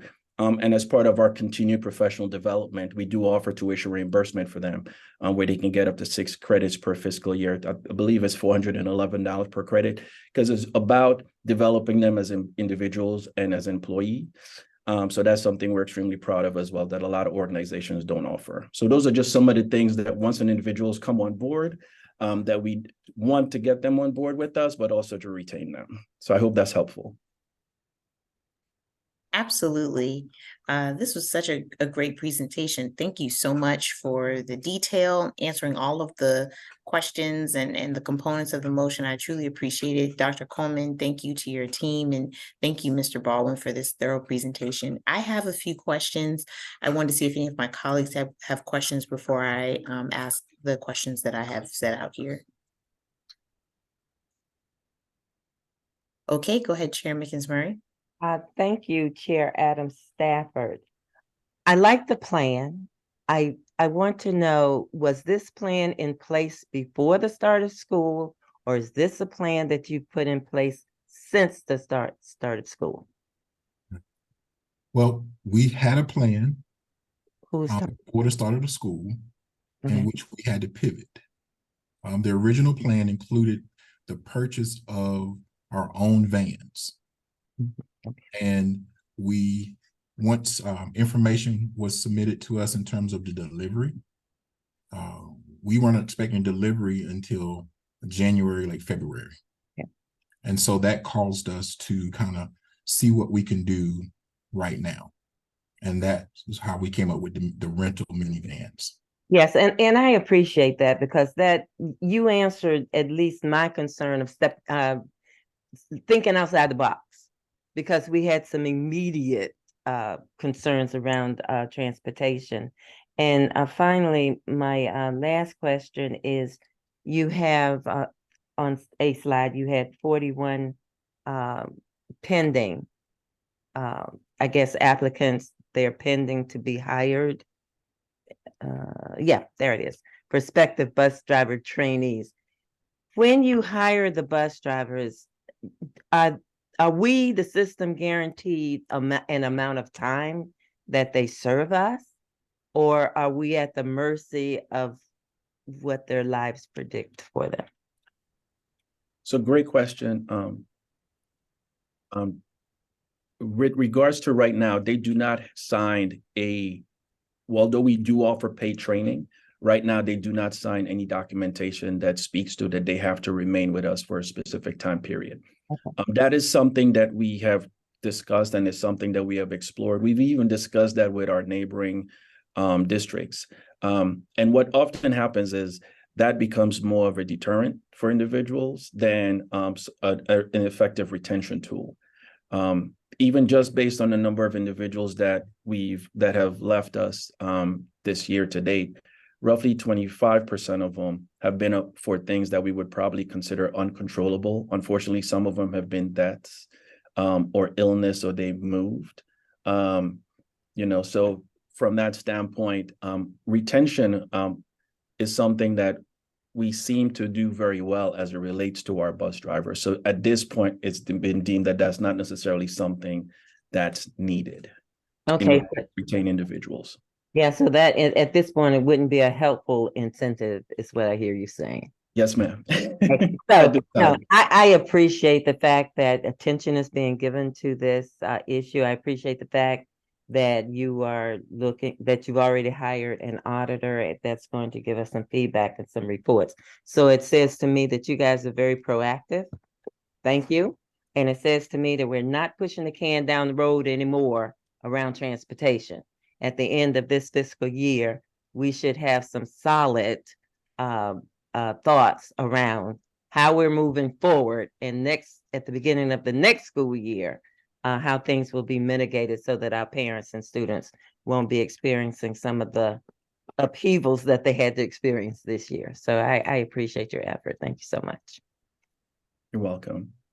I realized there was something there was something I neglected to just stress, is that the training, and you brought it up and it reminded me with our training class, the training we have is a paid training class. So when individuals make the commitment to join us, they are employees, and they are in a paid training class for the duration of the time that they're learning and developing and getting the necessary skills and abilities. And when they are successful, because we're going to claim it, when they are successful, then they transition into a permanent position. Thank you. Okay, thank you. So I just want to say thank you to this team for coming back after our last meeting with some real concrete actions that have been taken to move the needle on transportation. I just had a few clarifying questions. So I'm happy to hear about the EverDriver, and just so that I'm clear in understanding, the 21 students that have been driven by EverDriver, those are McKinney-Vento students. So just for the audience, McKinney-Vento is MVP. Correct. Okay, so those are the students that have been driven by the EverDriven company. Correct. Mm-hmm.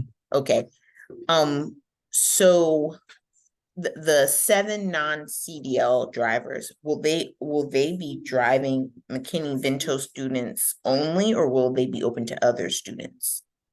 They will be open to other students. Oh, okay. Right now, the target is assisting the MVP office, because they are supporting the EverDriven contract with grant funds.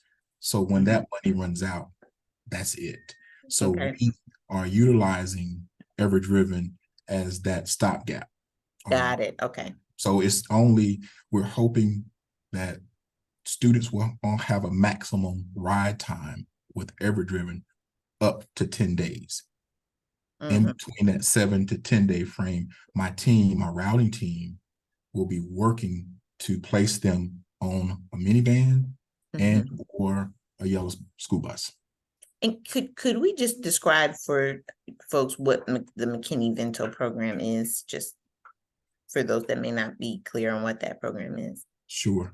This is a federally mandated initiative that provides opportunity for students who are homeless, which gives them the right to remain in their school district if they lose housing and are relocated in the county, outside of the county. They still have the right to attend their attending school. Okay, thank you so much. And I guess my question is, for every McKinney-Vento van that's driven by EverDriven, how many routes does that free up?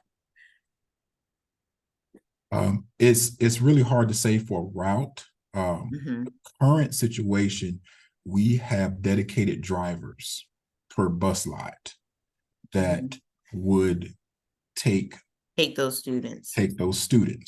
So we still have that to start.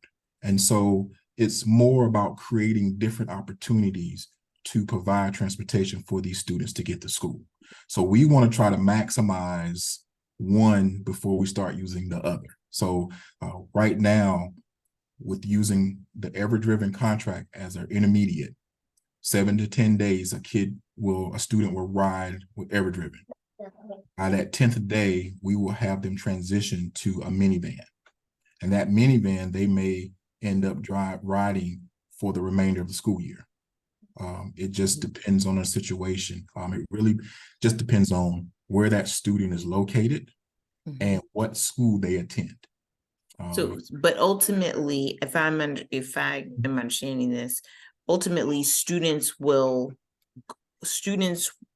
will replace a yellow school bus transporting these students, this methodology. Not entirely. Not entirely. So would you say it is alleviating, or it is temporary, at least temporarily freeing up those drivers to take other routes? Yes, it's freeing up because the membership, we're transporting up to 6 kids on a 64 passenger school bus. Right. So we're underutilizing that bus. The school bus, right. So that's the concept of using the minivans. So then we can use that driver to help cover those vacant runs that have a greater capacity. Okay. And maybe I'll ask a follow-up question on this, just in terms of like putting this in terminology that folks can understand, just how the vans will support freeing up driver space and time. That would be helpful. But my last question here, and then I know we need to move on. And I'll submit some other questions. First of all, very happy that the audit's happening. The board is very happy about that. We've been asking for that. Thank you. Great job, and great job to Mr. House for moving on that, Superintendent House. Just a question, you don't have to answer it now, but because of the drop off between interest in attending for our HR events, I'm wondering, are our HR events all near metro locations? And you don't have to answer that now unless you have a quick answer, but it's just something that I'd like to throw out there. Okay. If there aren't any other questions here, I know there probably are a lot. I'll just ask you to submit those in writing. We're going to move now into item 3.5, the FY 25 BOE operating budget amendment process. I will turn it over now to Ms. Howell, the Chief Financial Officer, to walk us through the budget amendment process. Thank you. I will share my screen.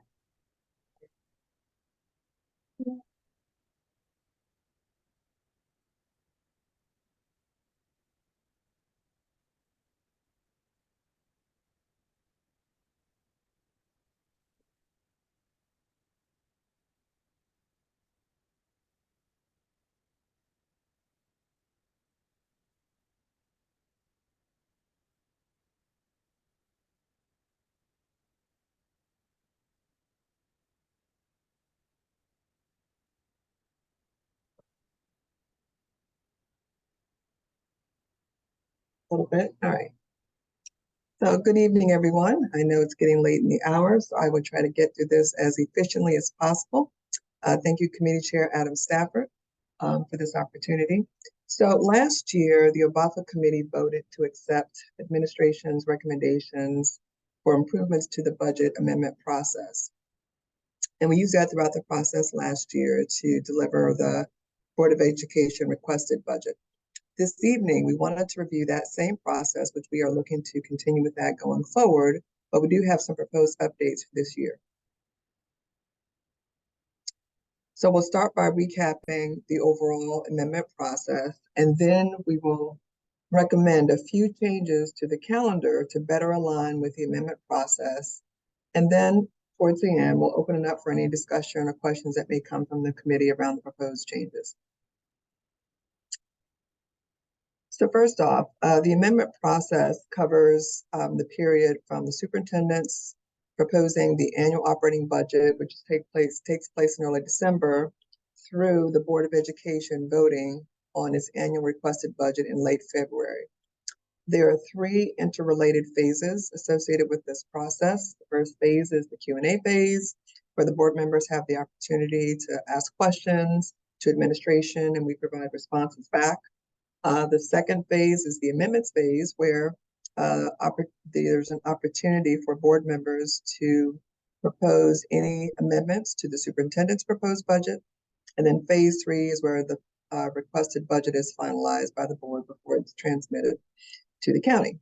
So throughout this process, there is an opportunity for the community. We certainly encourage community engagement from the beginning of phase 1 through phase 3. So on the next few slides, I've highlighted a few recommended date changes or proposals to support their process for this year.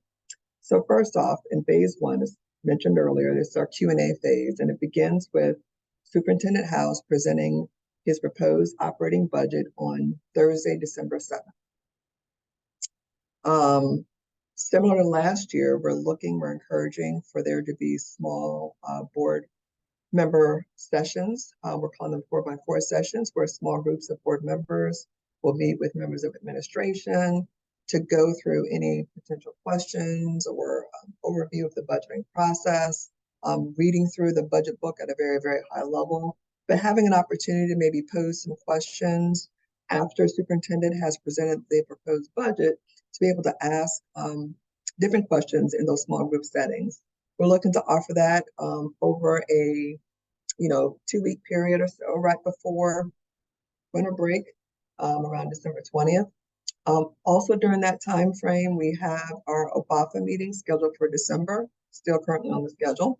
But during that time, we'd like to be able to present or go through one of the recommended options for board members to present amendments, which is the amendment template. And we utilized it last year in combination with a board action summary. There were a few different variations that were offered to board members, but the template is one of them. We do it once a year, so I think it's a great opportunity to review the use of that template again. And we would like to propose the date for December 20th in order to go through the review of that template. Then you move on to the amendment process and getting ready for work session number 1. So in preparation for that, board members will have the opportunity, after Mr. House has presented his budget between December 8th and the beginning of the new year, to review the budget book and to come prepared with questions that will be submitted for the first work session. We go through a process where those questions will be submitted using a Google document similar to last year. Administration will then respond to those questions and provide that information in advance of the first work session. So those questions for the first work session will be due on January 3rd. Questions for the second work session will be due January 11th. And then between the first and second due dates for the 2 first work sessions, administration would then provide responses to work session number 1 by January 18th, and for work session number 2 by January 25th. So I know it's a lot of dates here and there back and forth, but the main thing to focus on is the submission for the due dates of the questions. So administration has time to respond to the questions prior to the work session. So then the board members have time to read the responses to the questions prior to the work session. So everyone is prepared coming into the first and second work sessions, which have been scheduled. We'll talk about those in a moment. So let's see, on January 25th is when work session number 1 is scheduled.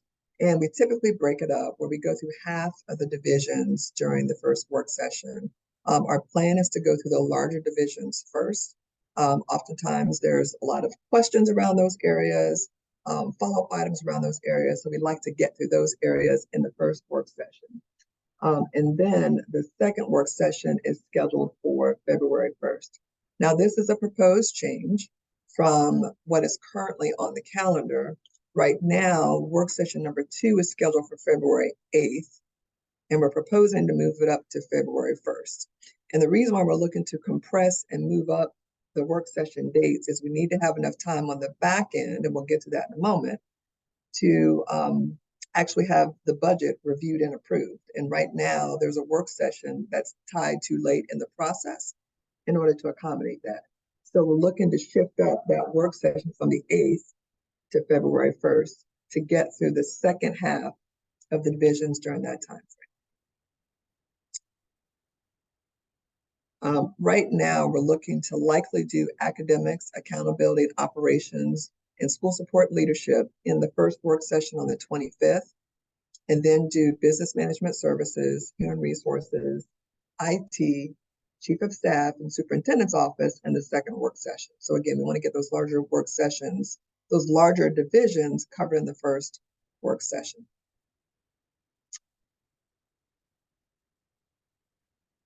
So the amendment process is phase 2. And again, board members will have the opportunity from the time the budget is proposed until February 2nd to consider any amendments to the proposed operating budget. And the deadline to have those amendments submitted, whether it's in the amendment template or in a board action summary, is February 2nd.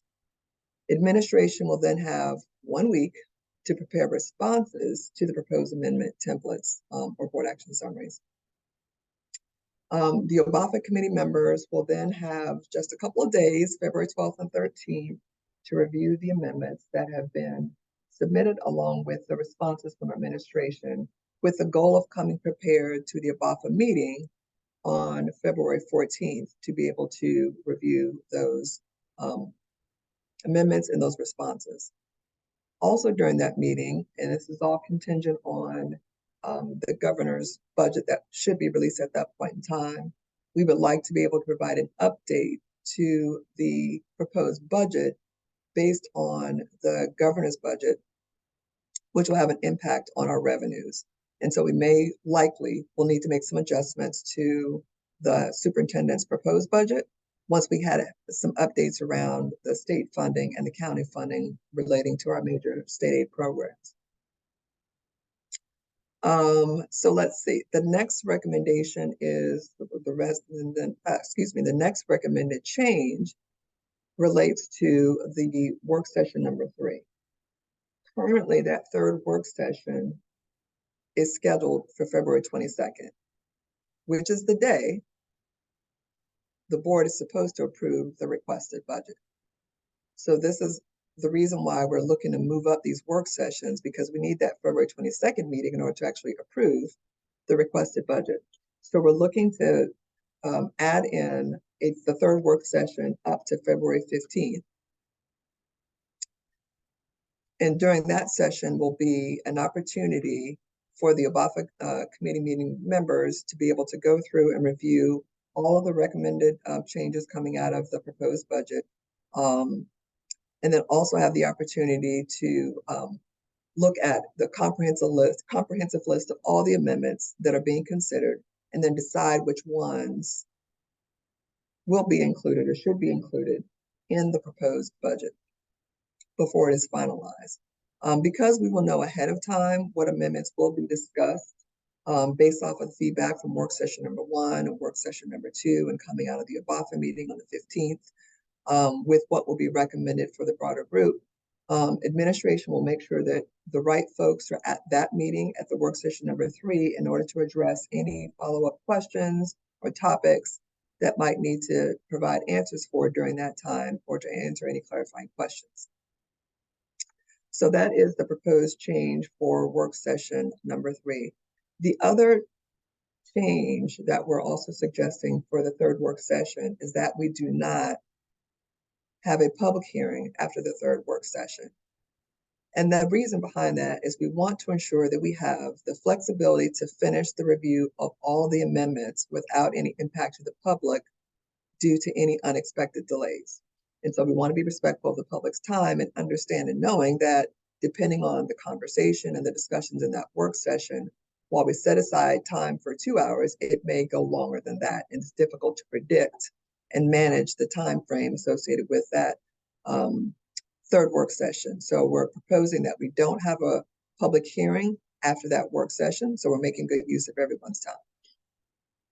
So then we get to the final and third phase, where we're actually approving the requested budget. And so right now on the calendar, as I said, suggested earlier, mentioned earlier, work session number 3 is slotted for February 22nd.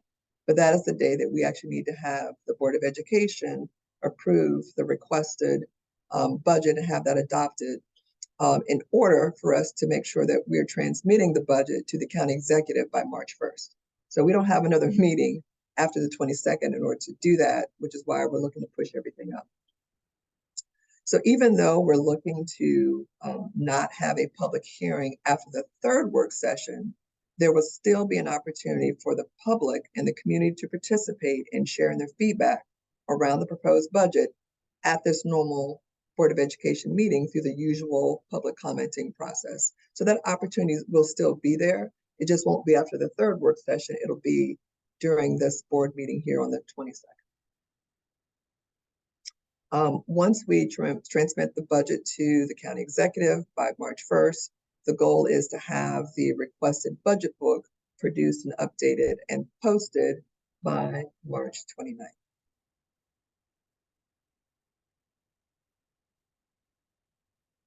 So as presented earlier, the Board of Education survey is reflective of input from the community, and that process is wrapped up and will be presented tomorrow to the board.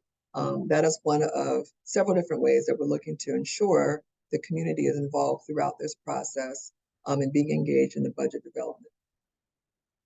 In addition to the Board of Education survey, which will be reflective of input from the community, Mr. House has been engaging with the community over these last several weeks with his listen and learn sessions. And the actual final town hall meeting is taking place this evening as we speak. We hope to continue hearing from our students, families, employees, labor partners, and other members of the community throughout this requested budget process.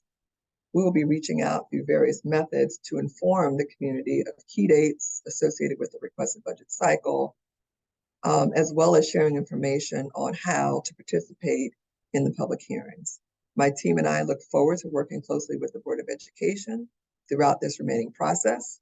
It's a lot of work, but we're up for the challenge in order to make sure that we're delivering a balanced budget to the county executive by March 1st. Now, take time for any questions or discussions around the proposed changes to the timeline for the requested cycle.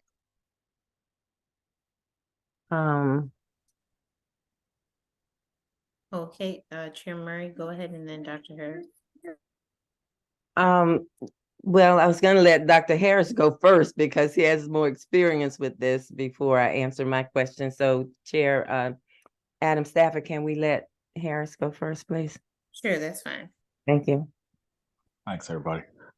Thanks, Chief Howe, for this presentation, and thank you. This really shows what the vision was for an amendment process like this to act as an arm to the overall budget process. You know, a skeleton that we could take each year and kind of modify it based on the needs of the specific year, dates that we had, and things that we saw throughout the process, and continue to learn and improve from year to year. One thing I wanted to point out between updates for last year and this year that I didn't hear was in work session 1, or it's either work session 1 or 2. I can't see that slide anymore, but in one of those work sessions, I recall last year, because we put all the really heavy topics up front, that work session was really long, right? And because it has the heaviest topics up front. Is there a way, and you know, we can go away and come back to this, but is there a way we can potentially break that down into either 2 smaller sessions, or maybe put some of the heavier topics with some of the, I don't want to call them heavy and light topics, but just topics that typically get a lot of questions around them. I would like to see more strategically placed so that we don't end up in, you know, a 4 or 5 hour meeting. Whereas, you know, it's very important work, but if we can be more efficient and effective with the time, I think that'd be helpful. Yeah, absolutely. That's great feedback. I mean, we certainly have the flexibility on the timing of when the different areas go. I think our main concern is to make sure that we have adequate time to prepare for the 2 different work sessions, and also have time for the responses to be provided and reviewed by the board members prior to the respective work sessions. And so I think one of the reasons why we targeted the first work session, because that one has the most lead time, if you will, in order to have the questions answered and responded and board members reviewed. There's not a lot of time between work session number 1 and work session number 2, so it gets to be a little tighter. But I do recall the meetings being really, really robust and going on for quite some time. So I think that's definitely good feedback to consider on how we might be able to smooth that out a little bit to try to balance and meet both goals.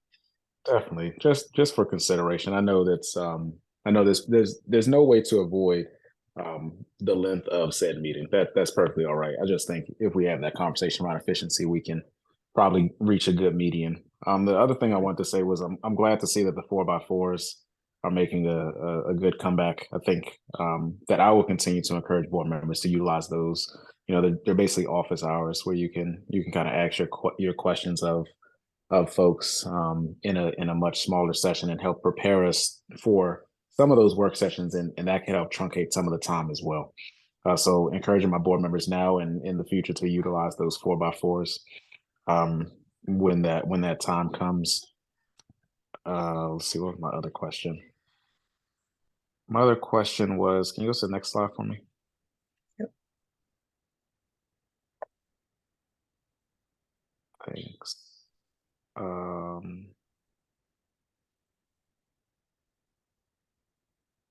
Okay, my next comment was just around learning the use of amendment templates and whether you move forward with the more detailed template or the kind of the expedited version. Those 4x4s will be good to understand that as well. And I know we'll have some quote unquote trainings for that as well. And then when it comes to board members, that could also be used for board members who are trying to collaborate on budget amendments so that we don't have duplicate efforts there. Yeah. And then I definitely understand the thought of moving up. I know we moved up the February date, and I think we had to move up the date last year as well. We did. To accommodate some other deadlines we were trying to make. So I'm receptive of that. And it's a quick process. We see it's over the course of a few months, but it really goes really fast. So again, thank you to your team for putting that together. I encourage board members to utilize the tools that are here for us.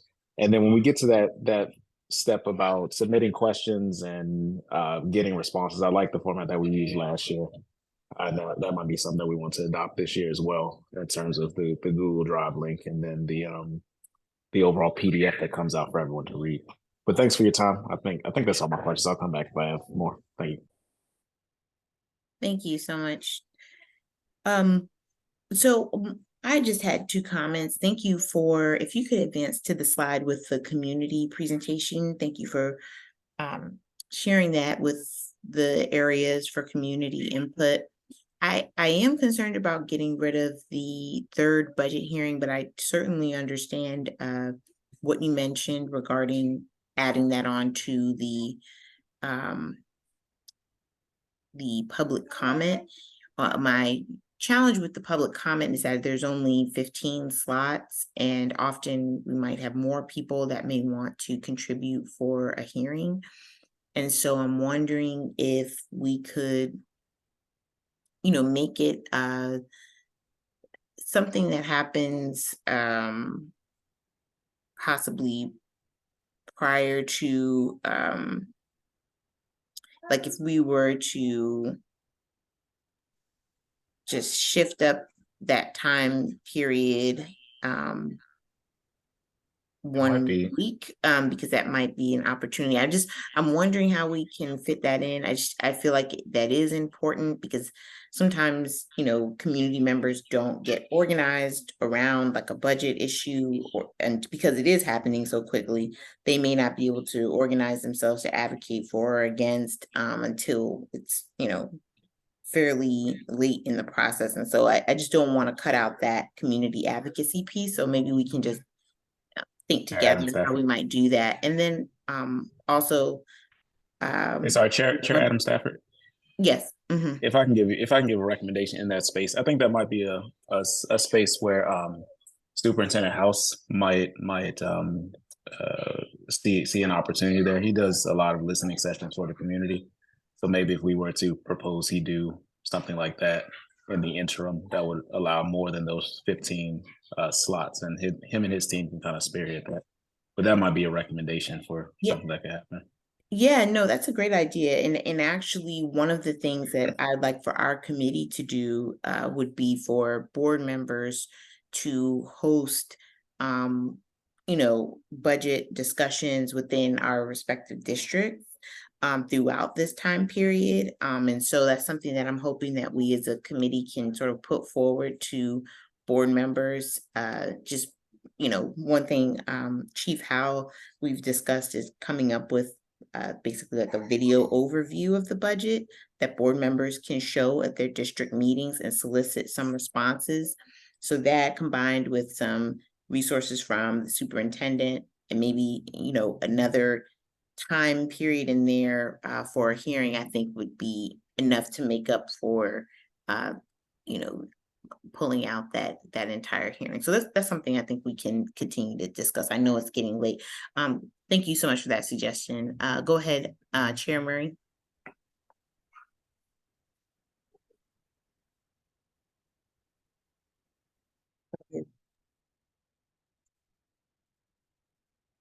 You're on mute.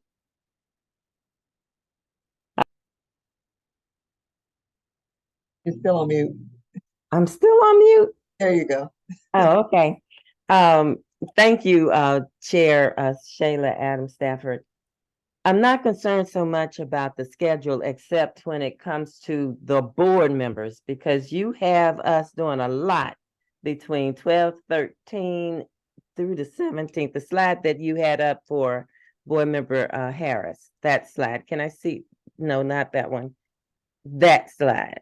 Yeah, because you have the OVAFA committee doing something between 2/12 and 2/13, and then we have to provide something by 2/14, and then there is a board work session on 2/15. That's a lot for the board members. So that is going to take some discipline. It's also going to take some constant reminders. So whatever mechanisms you guys have to help us to see that work, because that's going to be a lot of work.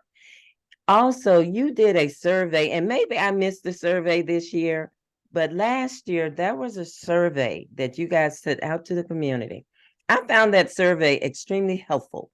It went out to, I thought, community, the school system, just a lot of folks. And a lot of what I settled on for my recommendations came out of that document.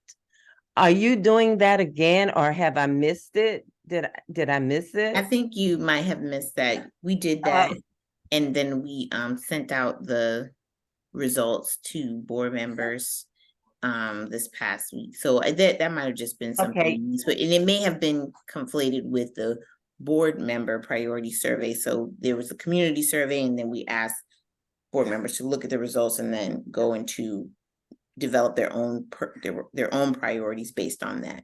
Okay, because what I recalled was, and I saw the priorities that we put out this week, but what I recall from last year is that I was able to go into all districts because I'm at large, and I was able to see some consistency across the district for certain asks as around the budget. And I just thought that was helpful. So if that instrument is still available and I missed it, can somebody resend it to me so that I can send that to you. I appreciate that, so I can see that. And then as far as the a third hearing, board member Adam Stafford, I had the same concern only because I wasn't sure. We've done 3 budget hearings forever in Prince George's County. Am I right? Will this be the first time we will be going down to 2? Anybody? I believe last year was the first year. Well, I've been here for 3 years, so I can't speak to forever, but okay. Last year, I believe we added that third work session as part of this amendment process in order to accommodate a review of the amendments that did not take place at the final board meeting where we're looking for the board to approve the budget. That Okay. happened the year before. I think that may have been the first year Adam Stafford was on the board. She may recall. We were trying to talk about amendments in the board meeting and finalize the budget in that meeting. It was too much to happen at one time. So we made the change last year to pull that out, to have a third work session to allow for discussion around the amendments before we get to the board meeting. So I Okay. don't know if in the past they've had 3 work sessions, but I know we definitely made that change last year. Well, I won't stake my life on that, so I accept your explanation.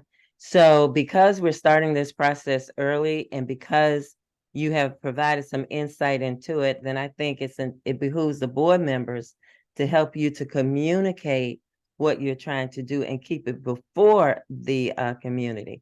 Because I think a lot of times what we're doing on the board gets lost because we only pay attention to it within the last 24 hours, 48 hours before an event is to happen. So I kind of like the suggestion that a colleague Harris suggested, that maybe Superintendent House can incorporate some opportunities as he's going out about listening to accommodate some additional ask around what the schools and what the communities are looking for as we especially around the blueprint, as we are implementing many things to help students. So I see opportunities here, I guess is what I'm trying to say. I see opportunities, even though you're streamlining it, there's still an opportunity for us to do a very good job and to hear from the public, as long as we stay focused. And then we board members must be committed to these timelines because they're tight and February is going to be extremely tight. So I recognize that, I process it, and now I'll try to communicate it on your behalf. Thank you, guys. I appreciate it. Thank you. So, And if I could what do you think? Go ahead. if I could just Chief Howard. respond real quick to the statement you made around the compressed dates in February. And you're right. And last year, again, it was our first year last year going through the process. It is a really, really tight timeline to get the amendments on February 2nd. And it's a lot, you know, we get several amendments. It takes time for administration to go through, read those amendments, evaluate them. We may have to go back and forth to get clarifying questions, provide a response to those amendments. So we're only giving ourselves 1 week in order to do that. Right. So that week of the 5th then only gives a couple days the following week before the OBAFA meeting on the 14th for the OBAFA committee to review those responses, because we really want to be able to leverage the OBAFA meeting on the 14th to really scrutinize and evaluate the amendments. Because some amendments may not need to be moved forward to the full board, depending on the recommendation. It could already be something that's in the budget, or there might be some other issues potentially with that amendment that we might want to reconsider whether or not it should move forward to the full board. So really the goal of that meeting is for the OBAFA committee to evaluate the amendments and then recommend what should go forward to the full board for approval before consideration of being included in the final approved budget. So it is a tight timeline, but we want to make sure that we're giving the OBAFA committee members and a couple of days of preparation time to review the responses before that meeting on the 14th. And it is a lot to get through in that short period of time, but there's really not a better way around it. Because we want to make sure that we give everyone enough time to even submit the amendments to begin with, and then we respond from there. I'm on board. I'll do the best I can. Thank you. Okay, thank you so much, Chief Allen. If we have any additional questions, we'll be sure to send you an email. We are at time here, and the budget priorities are going to be presented to the full board at the Thursday, October 26th meeting. The next OBAFA meeting will be November 15th at 5 p.m. Again, thank you everyone for a great meeting, and I would like a motion. Real quick. These changes to the calendar, do we need to adjust the calendar for the school system? Chairman Murray, if you could just, yes, we're going to be making those adjustments and providing an updated timeline to the board and to Superintendent House, and we'll also be creating a community-friendly version of this so that community members know when and how to access and be a part of the budget process. So Okay, the reason I offered is the Mhm. calendar is on for Thursday night for us to make some adjustments with the calendar. So these will be additional adjustments that we'll make later. Is that what I hear you saying? I think that we just need some time to just finalize this Okay. document. Mhm. Okay, thanks. And Miss Chief Howell and I can do that offline and then present it back to you to present to the board. Yeah, we also need to vote on it as a full board before we put the changes in. Chair Mickens, right? Okay. All right, so may I have a motion to adjourn? Motion to adjourn. Okay, And all in favor? Aye. Thank you so much, everyone, for a great meeting. Have a great evening. Bye-bye. Good night.